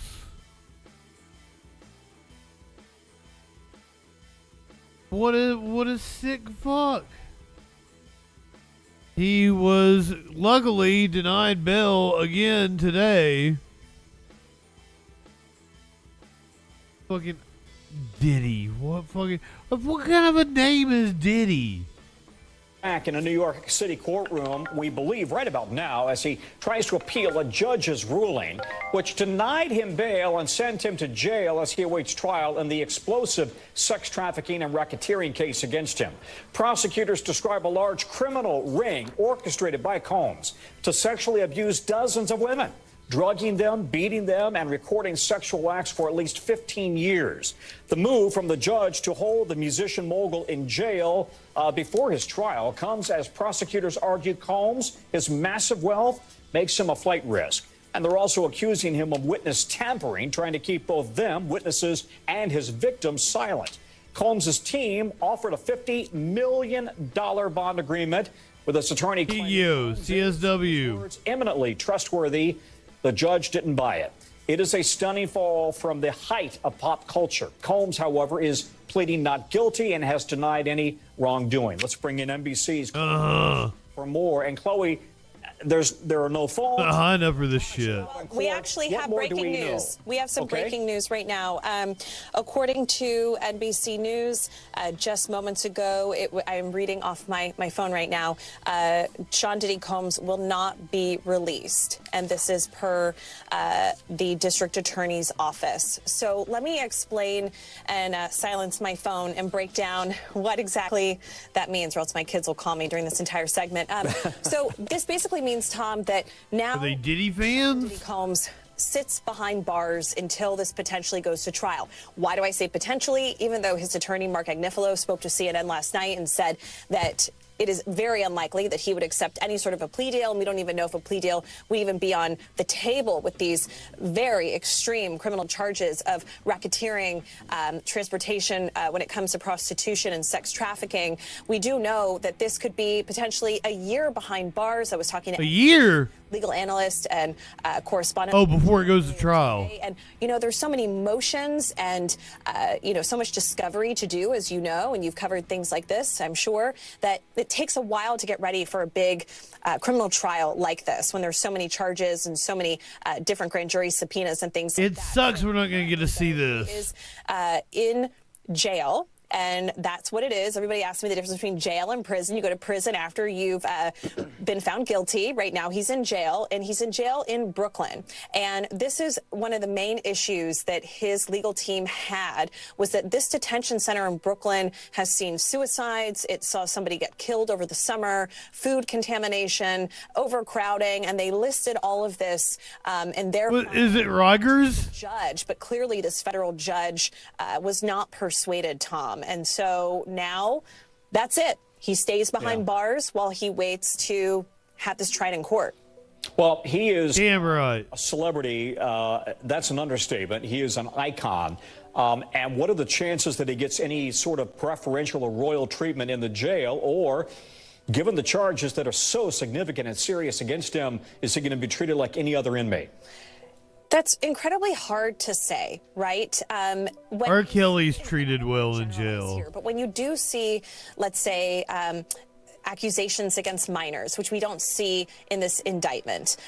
You can sometimes see some of these high-profile alleged criminals maybe put into solitary confinement. Will he be treated like any other inmate while he's in this detention center in Brooklyn? It's sort of left to be seen. I thought Rikers was the jail because people have died there while awaiting trial.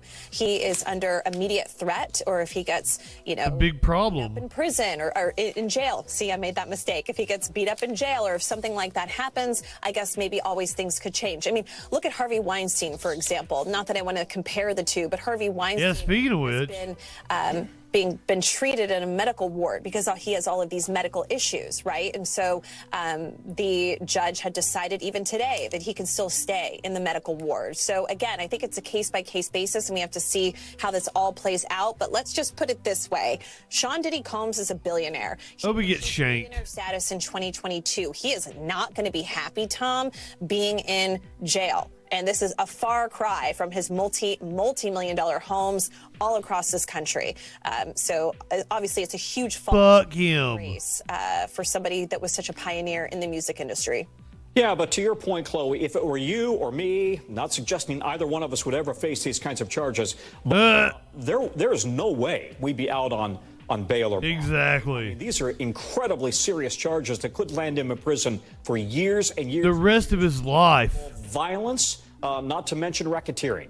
Yeah. And thanks for watching. Shut up, Lester. Breaking news and I can't imagine that he wouldn't go to prison for the rest of his life on the charges he is facing. I hope P. Diddy dies in prison. Someone else I hope dies in prison is a man by the name of Harvey Weinstein, who pled not guilty to new sex crime charges. We're back. Harvey Weinstein, the disgraced former media mogul, is pleading not guilty to new sex crime charges against him back in a New York City courtroom late today. These new first-degree charges for alleged sex crimes Weinstein committed back in 2006. That according to new court documents just unsealed. The timing here is significant because these new charges come ahead of a retrial in the landmark case against him after a judge overturned his 2020 rape conviction. 2020. Now, we should note Weinstein was accused and excused from court last week because he was recovering from emergency heart surgery. NBC's Rahema Ellis is following all of this for us right now and joins us. Rahema, new charges and not a guilty plea. What happened in courtroom today? In courtroom today, what we got was that unsealed indictment, and I should show you, Tom, that is just one page. Oftentimes, there are multiple pages in indictments. This is just one, and it talks about this just one case against him. It says of a criminal sexual assault that occurred one time in a hotel in Lower Manhattan between the dates of April 29th and May 6th of 2006. And it does not name the person who they are alleging was assaulted. However, we did get a statement today from an attorney representing the Jane Doe, as the person is referred to. And I think we've got a full screen of what that attorney says. It says, Ms. Doe has not shared this story publicly before, nor does she want to be identified at this time. She will be fully prepared to speak her truth at trial, to hold Mr. Weinstein accountable before a jury of his peers. We would like to thank the media in advance for respecting her privacy while she prepares for her testimony. In addition, what we also got was a statement from a representative for Harvey Weinstein who did appear in court today, and the court was delayed for a while, but he appeared in court, and a representative for him came out with a statement saying that they're disappointed that the Department of Corrections is fighting so hard against Harvey's medical care needs. We'll continue advocating for him a place where he can heal and get healthier. As for the rest, we're prepared to go to trial and defend Harvey for the original remaining charges. Now, as you pointed out in the introduction, he had undergone emergency heart surgery last week, and he was transferred from Rikers Island, the jail, to Bellevue Hospital for that. Yeah, Rikers Island, the jail. Clear indication right now. That's probably where P. Diddy is. His attorneys would like him to be in Bellevue. Thanks for watching. Shut up, Lester. I assume being a sex pest has something to do with this next story as well. Kansas cult leaders convicted of making children work 16-hour days without pay. What cult were they a part of? Capitalism? Prosecutors say the group beat children as young as 8 years old and imposed strict rules on what they did and ate. 6 members of a Kansas-based cult have been convicted in a scheme to house children in overcrowded, rodent-infested facilities and force them to work up to 16 hours a day without pay, while subjecting them to beatings and other abuse. The defendants were either high-ranking members of the organization formerly known as the United Nation of Islam and the Value Creators, or were wives of the late founder, Royal Jenkins. Royal Jenkins! This is according to the U.S. Department of Justice. After a 26-day trial, jurors convicted all 6 defendants of conspiracy to commit forced labor. One of the 6, Kaba Majid, 50, was convicted of 5 counts of forced labor. Under the guise of false pretenses and coercion, these victims, some of whom were as young as 8 years old, endured inhumane and abhorrent conditions. Prosecutors said that the group, which was labeled a cult by a federal judge in 2018, beat children and imposed severe dietary restrictions. One of the victims was held upside down over train tracks because he would not admit to stealing food when he was hungry. Another victim resorted to drinking water from a toilet because she was so thirsty. Jenkins, who died in 2021, had been a member of the Nation of Islam until 1978, when he founded a separate United Nation of Islam. He persuaded his followers that he was shown the proper way to rule the earth after being taken through the galaxy by aliens on a spaceship. According to the indictment, at one point, the group had hundreds of followers. Prosecutors said that beginning in October of 2000, the organization, 2020, the organization ran businesses such as gas stations, bakeries, and restaurants in several states, using unpaid labor from group members and their children. Parents were encouraged to send their children to an unlicensed school in Kansas City, Kansas called the University of Arts and Logistics of Civilization, which did not provide appropriate instruction in most subjects. Instead, some of the child victims worked in businesses in Kansas City, while others were trafficked to businesses in other states, including New Jersey, New York, Ohio, Maryland, Georgia, and North Carolina.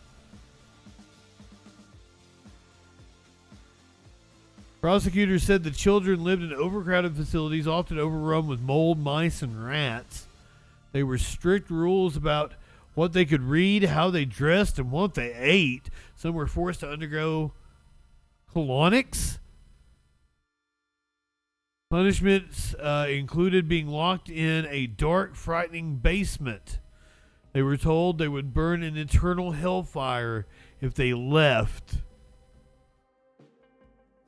Yeah, this was a weird cult, Avalon. And fuck them. 6 of them. 6 of them convicted. One of them with several additional charges.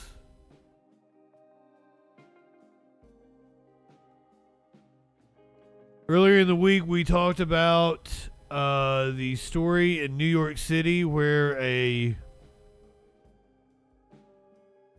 cop shot someone who didn't pay a fare.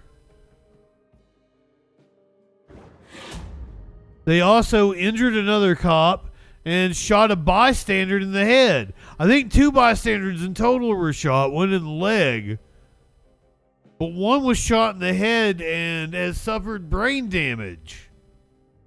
I thought it was a prank call because I couldn't believe that out of all the people.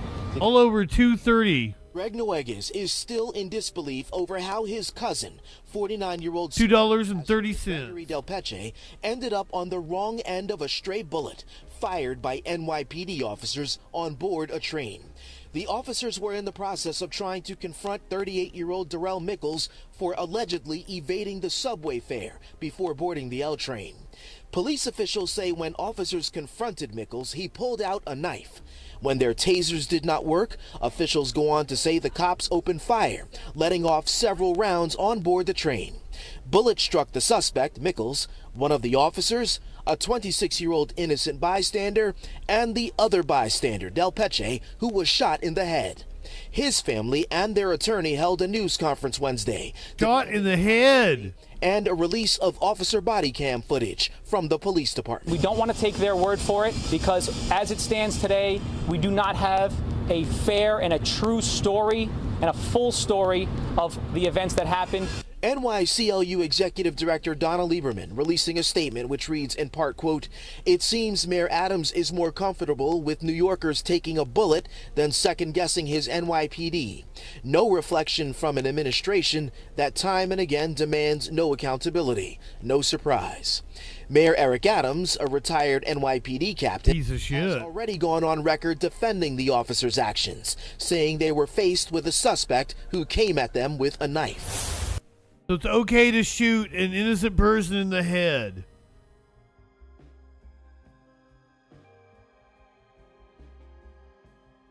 In his press release, he really made it sound, or in his statement on Twitter, he made it sound like the person who was shot in the head was shot by the suspect. And he got community noted that it was the NYPD that shot multiple bystanders.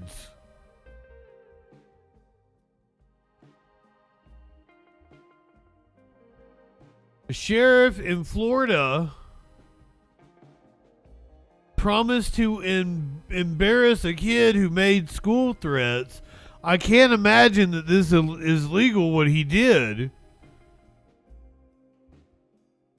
A sheriff in Florida says he has had it with bogus school threats. As Fox 26 reporter Rich Rodriguez explains, his new plan is to publicly shame every kid he arrests, as well as their parents. Since parents, you don't want to raise your kids, I'm going to start raising them. Volusia County, Florida Sheriff Mike Chitwood has been overwhelmed with school threats since school started 3 weeks ago. What is it with these fucking sheriffs in Florida?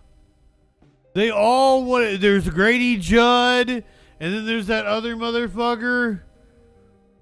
They all want to be Fox News famous. Friday was the tipping point.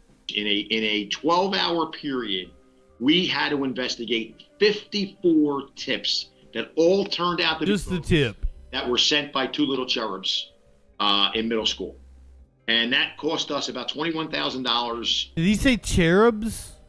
Cherubs? Sent by two little cherubs. Cherubs?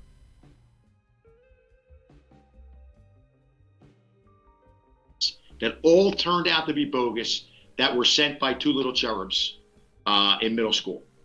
And that cost us about $21,000 to overtime. Friday, Sheriff Chitwood decided he would shame the people who make bogus threats and their parents. Is his name Shitwood? Is that what they keep saying? Carlo Dorelli was arrested for making threats. Look at that cute little kid. Was handcuffed and escorted to jail. Every time we make an arrest, your kid's photo is going to be put out there.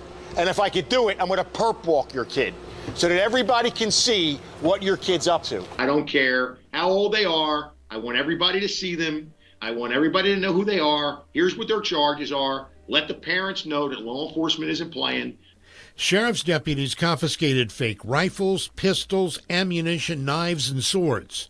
Dorelli is... They confiscated toys. He will spend 21 days in jail before he has a court hearing.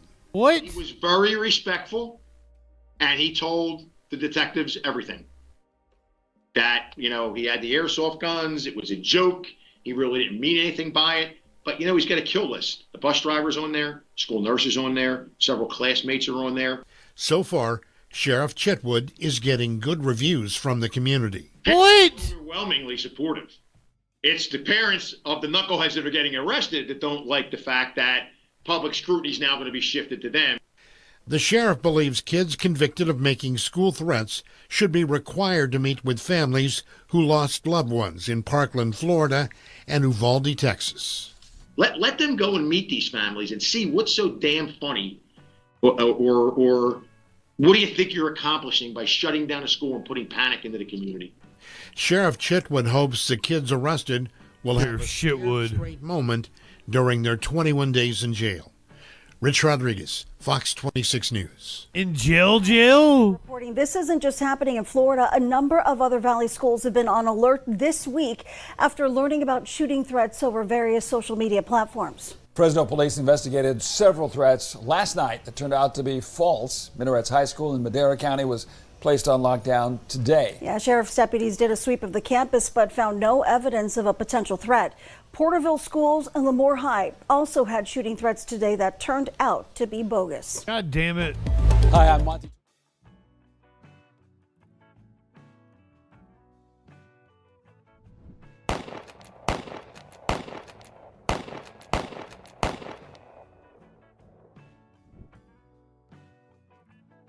How about some good news? You want some good news?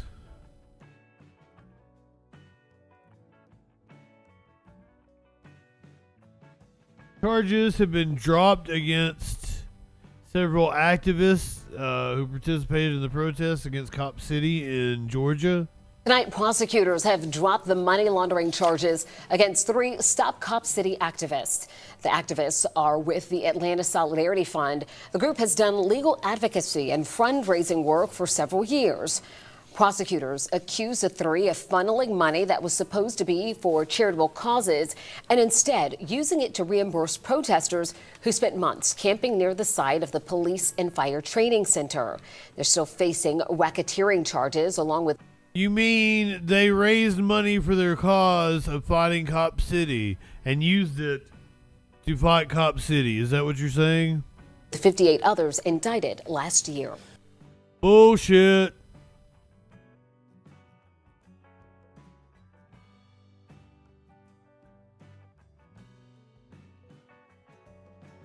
Let's talk about teen girls and gangs. This video just popped up. I say we're going to watch it. No matter who's in the way, instead of prom parties, their social events are shootings and funerals. This Kimberly Guilfoyle? Using guns is growing, and now female crime fighters are working to bring them to justice and turn their lives around before more lives are ruined. We had an exclusive look inside recent NYPD gang takedowns.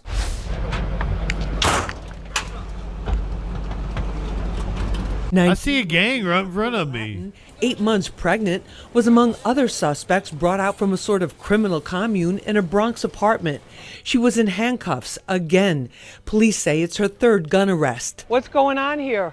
I love you, babe. The expectant mom with a rap sheet is allegedly one of 20 members of the notorious Slaughtery gang, indicted in 14 shootings in the Fordham section of the Bronx. In our exclusive look inside the NYPD takedown, we learned she's not the only female alleged trigger puller. There's also a 15-year-old girl, shown here in silhouette, taking aim and firing. Then there's one of the gang's leaders, 19-year-old Nadine Asamoah, known as drill rapper Nay Benz. Investigators say she's one of the leaders. We're racing to the precinct right now because so far this morning the detectives have captured 8 subjects wanted in this case. Nay Benz, police say you're a Nay Benz. Police say you're a trigger puller. Is that true? What? Police say you're a trigger puller. We saw three case members, which we've never had before, arrested. When you look at those 3 case members, total 5 trigger. They fucked up the white balance on his camera. It looks like he's got jaundice.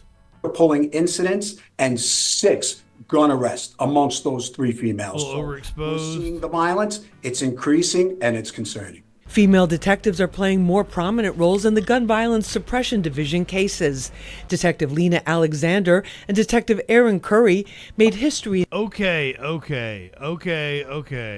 Detective Lena Alexander.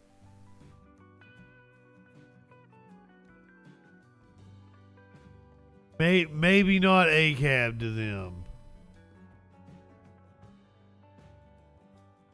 Just maybe not. Maybe Maybe I'll soften my stance.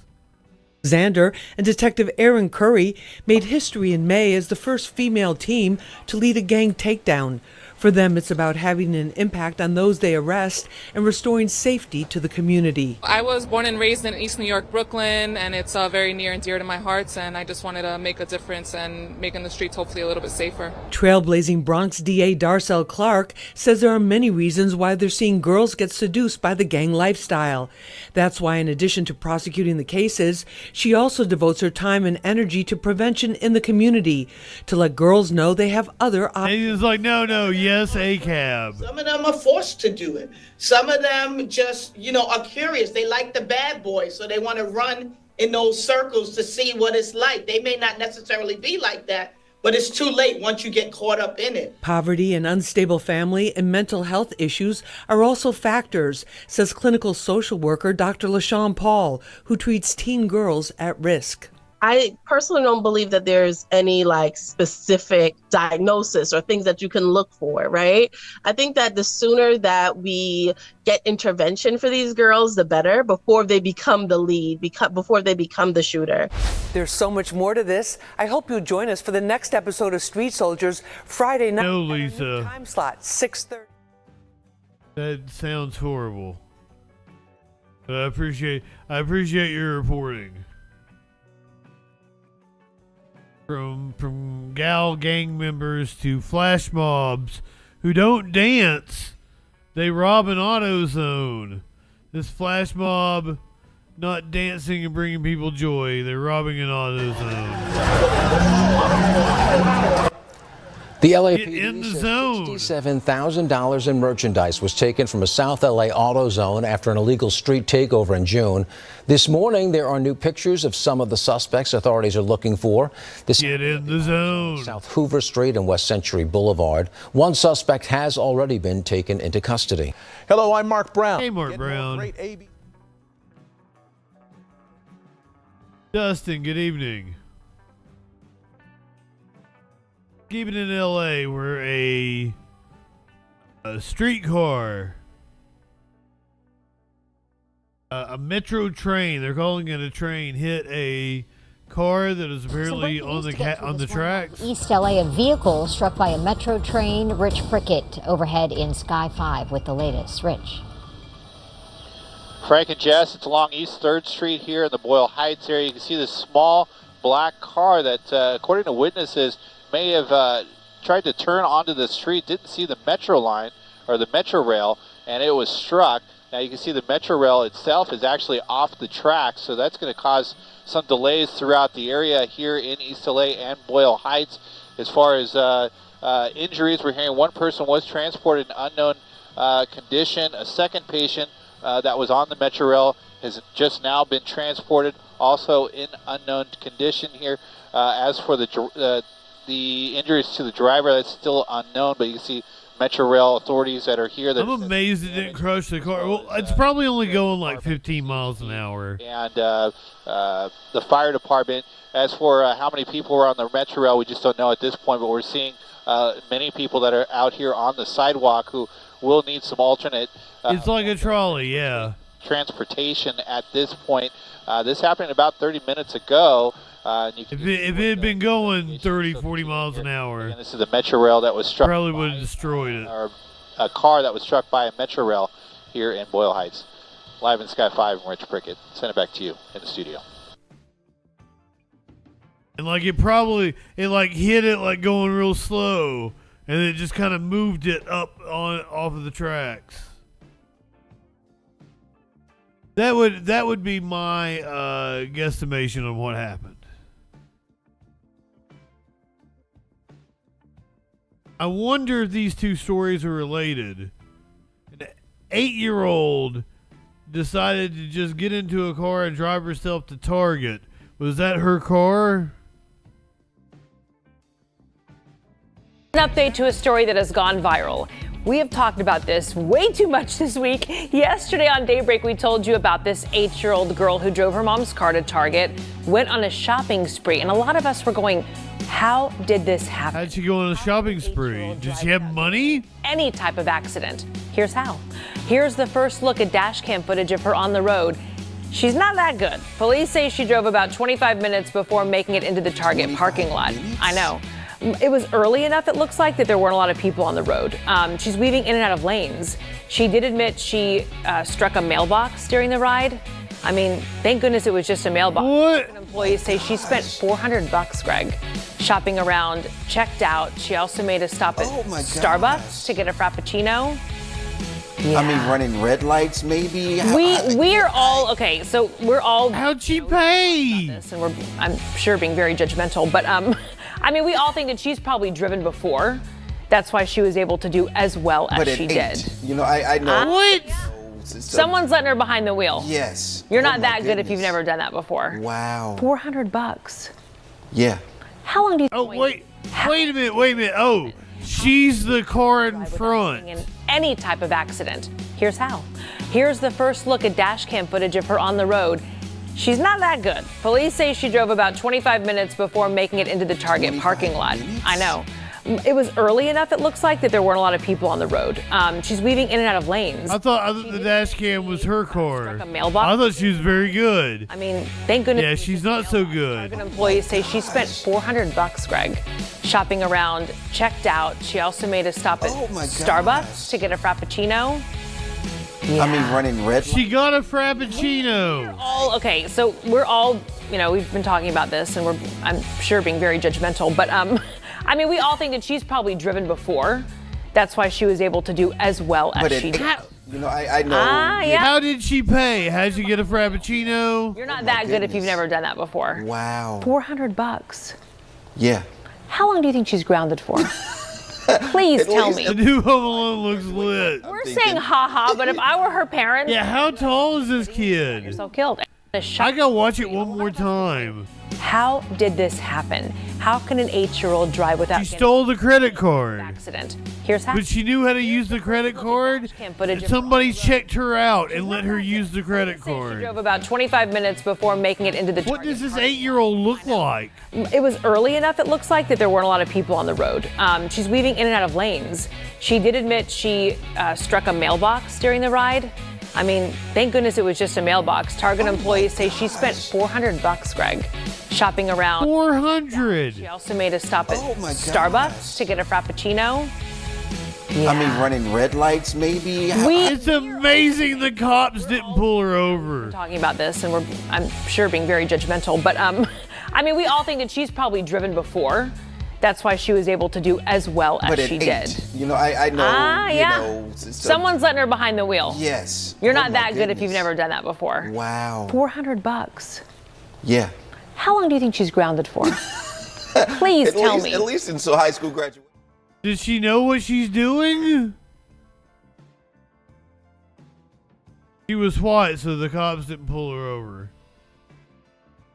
Do we have any South Park fans in the chat?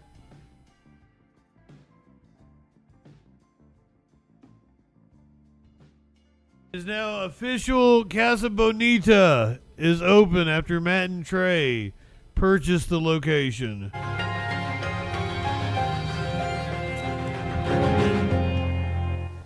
Today, Casa Bonita changed its reservation system so everyone can sign up for a seat. You may have received an email asking you to join the Founding Members Club. That's one way to get early reservations. Are we investigating Casa Bonita? Is that what's going on here tonight? Apparently. We played the little video. This is we're investigating them. And it turns out there's something buried in the fine print. Casa Bonita, Casa Bonita. Here's Jeremy Fajola. As a Casa Bonita fan, when I got the email for the Founders Club, I did what most people do. I dove in headfirst and completely scrolled through the terms of service. Who's got time to read all of that? But our Steve on Your Side producer did and found an interesting all caps clause deep in the fine print. You are giving up the right to litigate a dispute in court before a judge or jury. What the fuck, Matt and Trey? So, Kanye Casa Bonita is a restaurant in Colorado. I think they have a couple of other locations. In an episode of South Park, Hartman convinces Butters that the world has ended and he needed to be underground. So that they would take Cartman to Casa Bonita for her birthday. It's quite the funny episode. What does that even mean? There's no jury. We showed this to 9 News legal expert Whitney Traylor, who calls it an arbitration clause. That's the problem, is that you're giving up this a hot man before something even happens. A common legal tactic companies use to get the upper hand on litigious customers and to avoid bad publicity in court. The reality is you're giving up a very important right and you don't know it. I would assume 95% of the people who signed that had no idea that they've given up their right to a jury trial. It means if you want to sue Casa Bonita for something like a slip and fall or food poisoning or whatever, your claim would be handled in private mediation. Using Casa Bonita's services means you agree to resolve any dispute on Casa Bonita's terms, outside of a public court and away from public view. Do people really have a legal beef with the old Pink Tower? Well, like any big business, lawsuits are gonna happen. Just a few over the years. An allegation about an exploding margarita glass, a piece of metal in someone's food, and a classic slip and fall. Legal stuff is gonna happen. Living Jimmy. Is an arbitration clause bad? Well, it can make it really hard to hold a company accountable. Take the case of the man who recently sued Disney because his wife died of a food allergy at Walt Disney World. Disney attorneys tried getting his lawsuit tossed because the man signed up for the streaming service Disney Plus. Bullshit. Disney Plus had an arbitration clause which said he couldn't sue in court for any Disney service he used. And that's the thing. It's deep down in the document. You don't really have any power to go back and forth and negotiate. It is in legalese. It's sort of a take it or leave it. After bad publicity, Disney attorneys backed off their arbitration claim, and the lawsuit is now moving forward. And now you know what's in the fine print. But don't let us ruin your fun when you sign up for Sopapillas and sign away some of your rights. I mean, who reads the terms of service anyway? Well, I'm not sure that I read every term of service. I don't think a lot of people do. But can it read?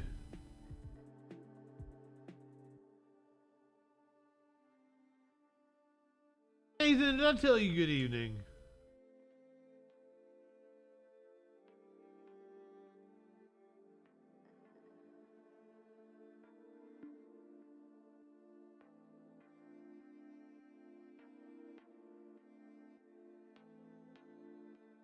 Seat together. My 2 littles always want to share a seat. And we have Murray here. Hi, Murray. Murray sits right behind me because he's a very polite rider and won't jump on my head or on the baby or lick anybody or whine in my ear. So that's why Mr. Murray rides by me. This is Mr. Fish. Hi, Fish. And Fish is a big licky boy, so he's going to go in the back. The corner of licky puppies. The corner of licky puppies. Boy, Otis is gonna go in the back. Fish. Isn't Molly and Slade gonna sit in the front? Yep, he got up here. Come here, bud. Not your seat. Off. Licky puppies in the back. He's like over here. Otis, sit with that's Fish. not your seat. Back and forth. Back and forth. There you go, buddy. You got so much energy. They're gonna make out and lick each other the whole time. Yeah, we got Dasher. Oh, Dasher. Keep going, Mr. Dasher. Hup, hup. Good boy. Sometimes Fish jumps seats and sits with his brother. He's trying. He wants to. Fish wanted to sit with his brother. Did a little seating arrangement. Otis, back in your seat, big boy. Good dog. Mina! Mina! And Mina also sits behind me with Murray. Hop up. Go seat. If you could move over a little bit, Murray. Oh, Murray. So Mina and Murray sit together. They sit behind me because they're very polite riders. They're not noisy. Nobody squeaks in my ear or slaps me in the back of the head with their big paws like these guys definitely would. Seat hoppers. This is like basically the puppy party back there. Little baby puppy Molly. I mean, that makes sense. This way, Molly. Good girl. Hop, hop, hop. And kiss attack. Kisses, kisses, kisses in the puppy corner. Big Molly, you gotten so big. Oh, Molly is big. You can see why she sits here. Licky, licky, licky. Here comes Lumi. Lumi's gonna sit in the back with all I thought that was a Maru.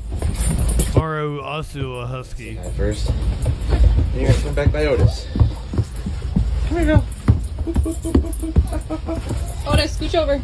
It's good, bud. Yeah, somebody give kisses to Otis. See how wiggly all these guys are? And look at these two. Mabel's go right in. Yeah, I preferred the back of the bus. If you're wondering what a Mabel is, it's a McMabel from Glacial Coffee House. McMabel? Favorite breakfast place? It was just a thought. That thought would have been good. Let's see what the sandwich looks like. Ooh, yeah. Yum, yum, yum.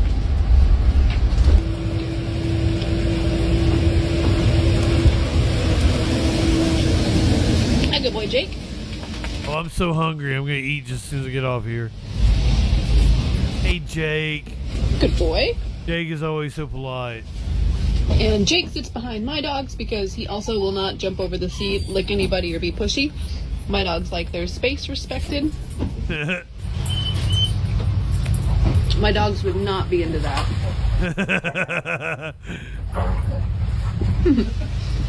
Why didn't you bring me some, curious? They'd like to catch a nap on their route. I would love some soup. Got Bama. Hey, Bama. Bama's gonna sit with Jake today. I don't even know what I'm going to make. Good girl. We got some taco meat in there. Bama's sitting behind her dogs. She's also very calm and sweet. She'll take some kisses from these guys. They make shrimp. But it's not her But she prefers a cup. absolute favorite. Right, she's not as crazy as these guys. Hey, you're gonna have to get in your seats. Sweet baby. Slade.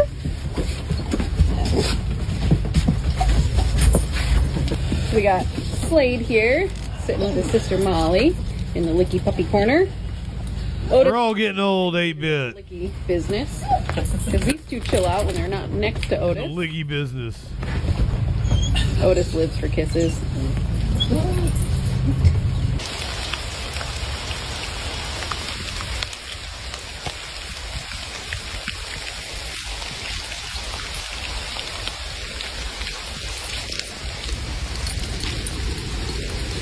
Otis, scooch over. If you're watching on Twitch, you're heading over to Echoplex Media. It is Wednesday night, so that means it's Intellectual Dollar Tree night. Look at these two.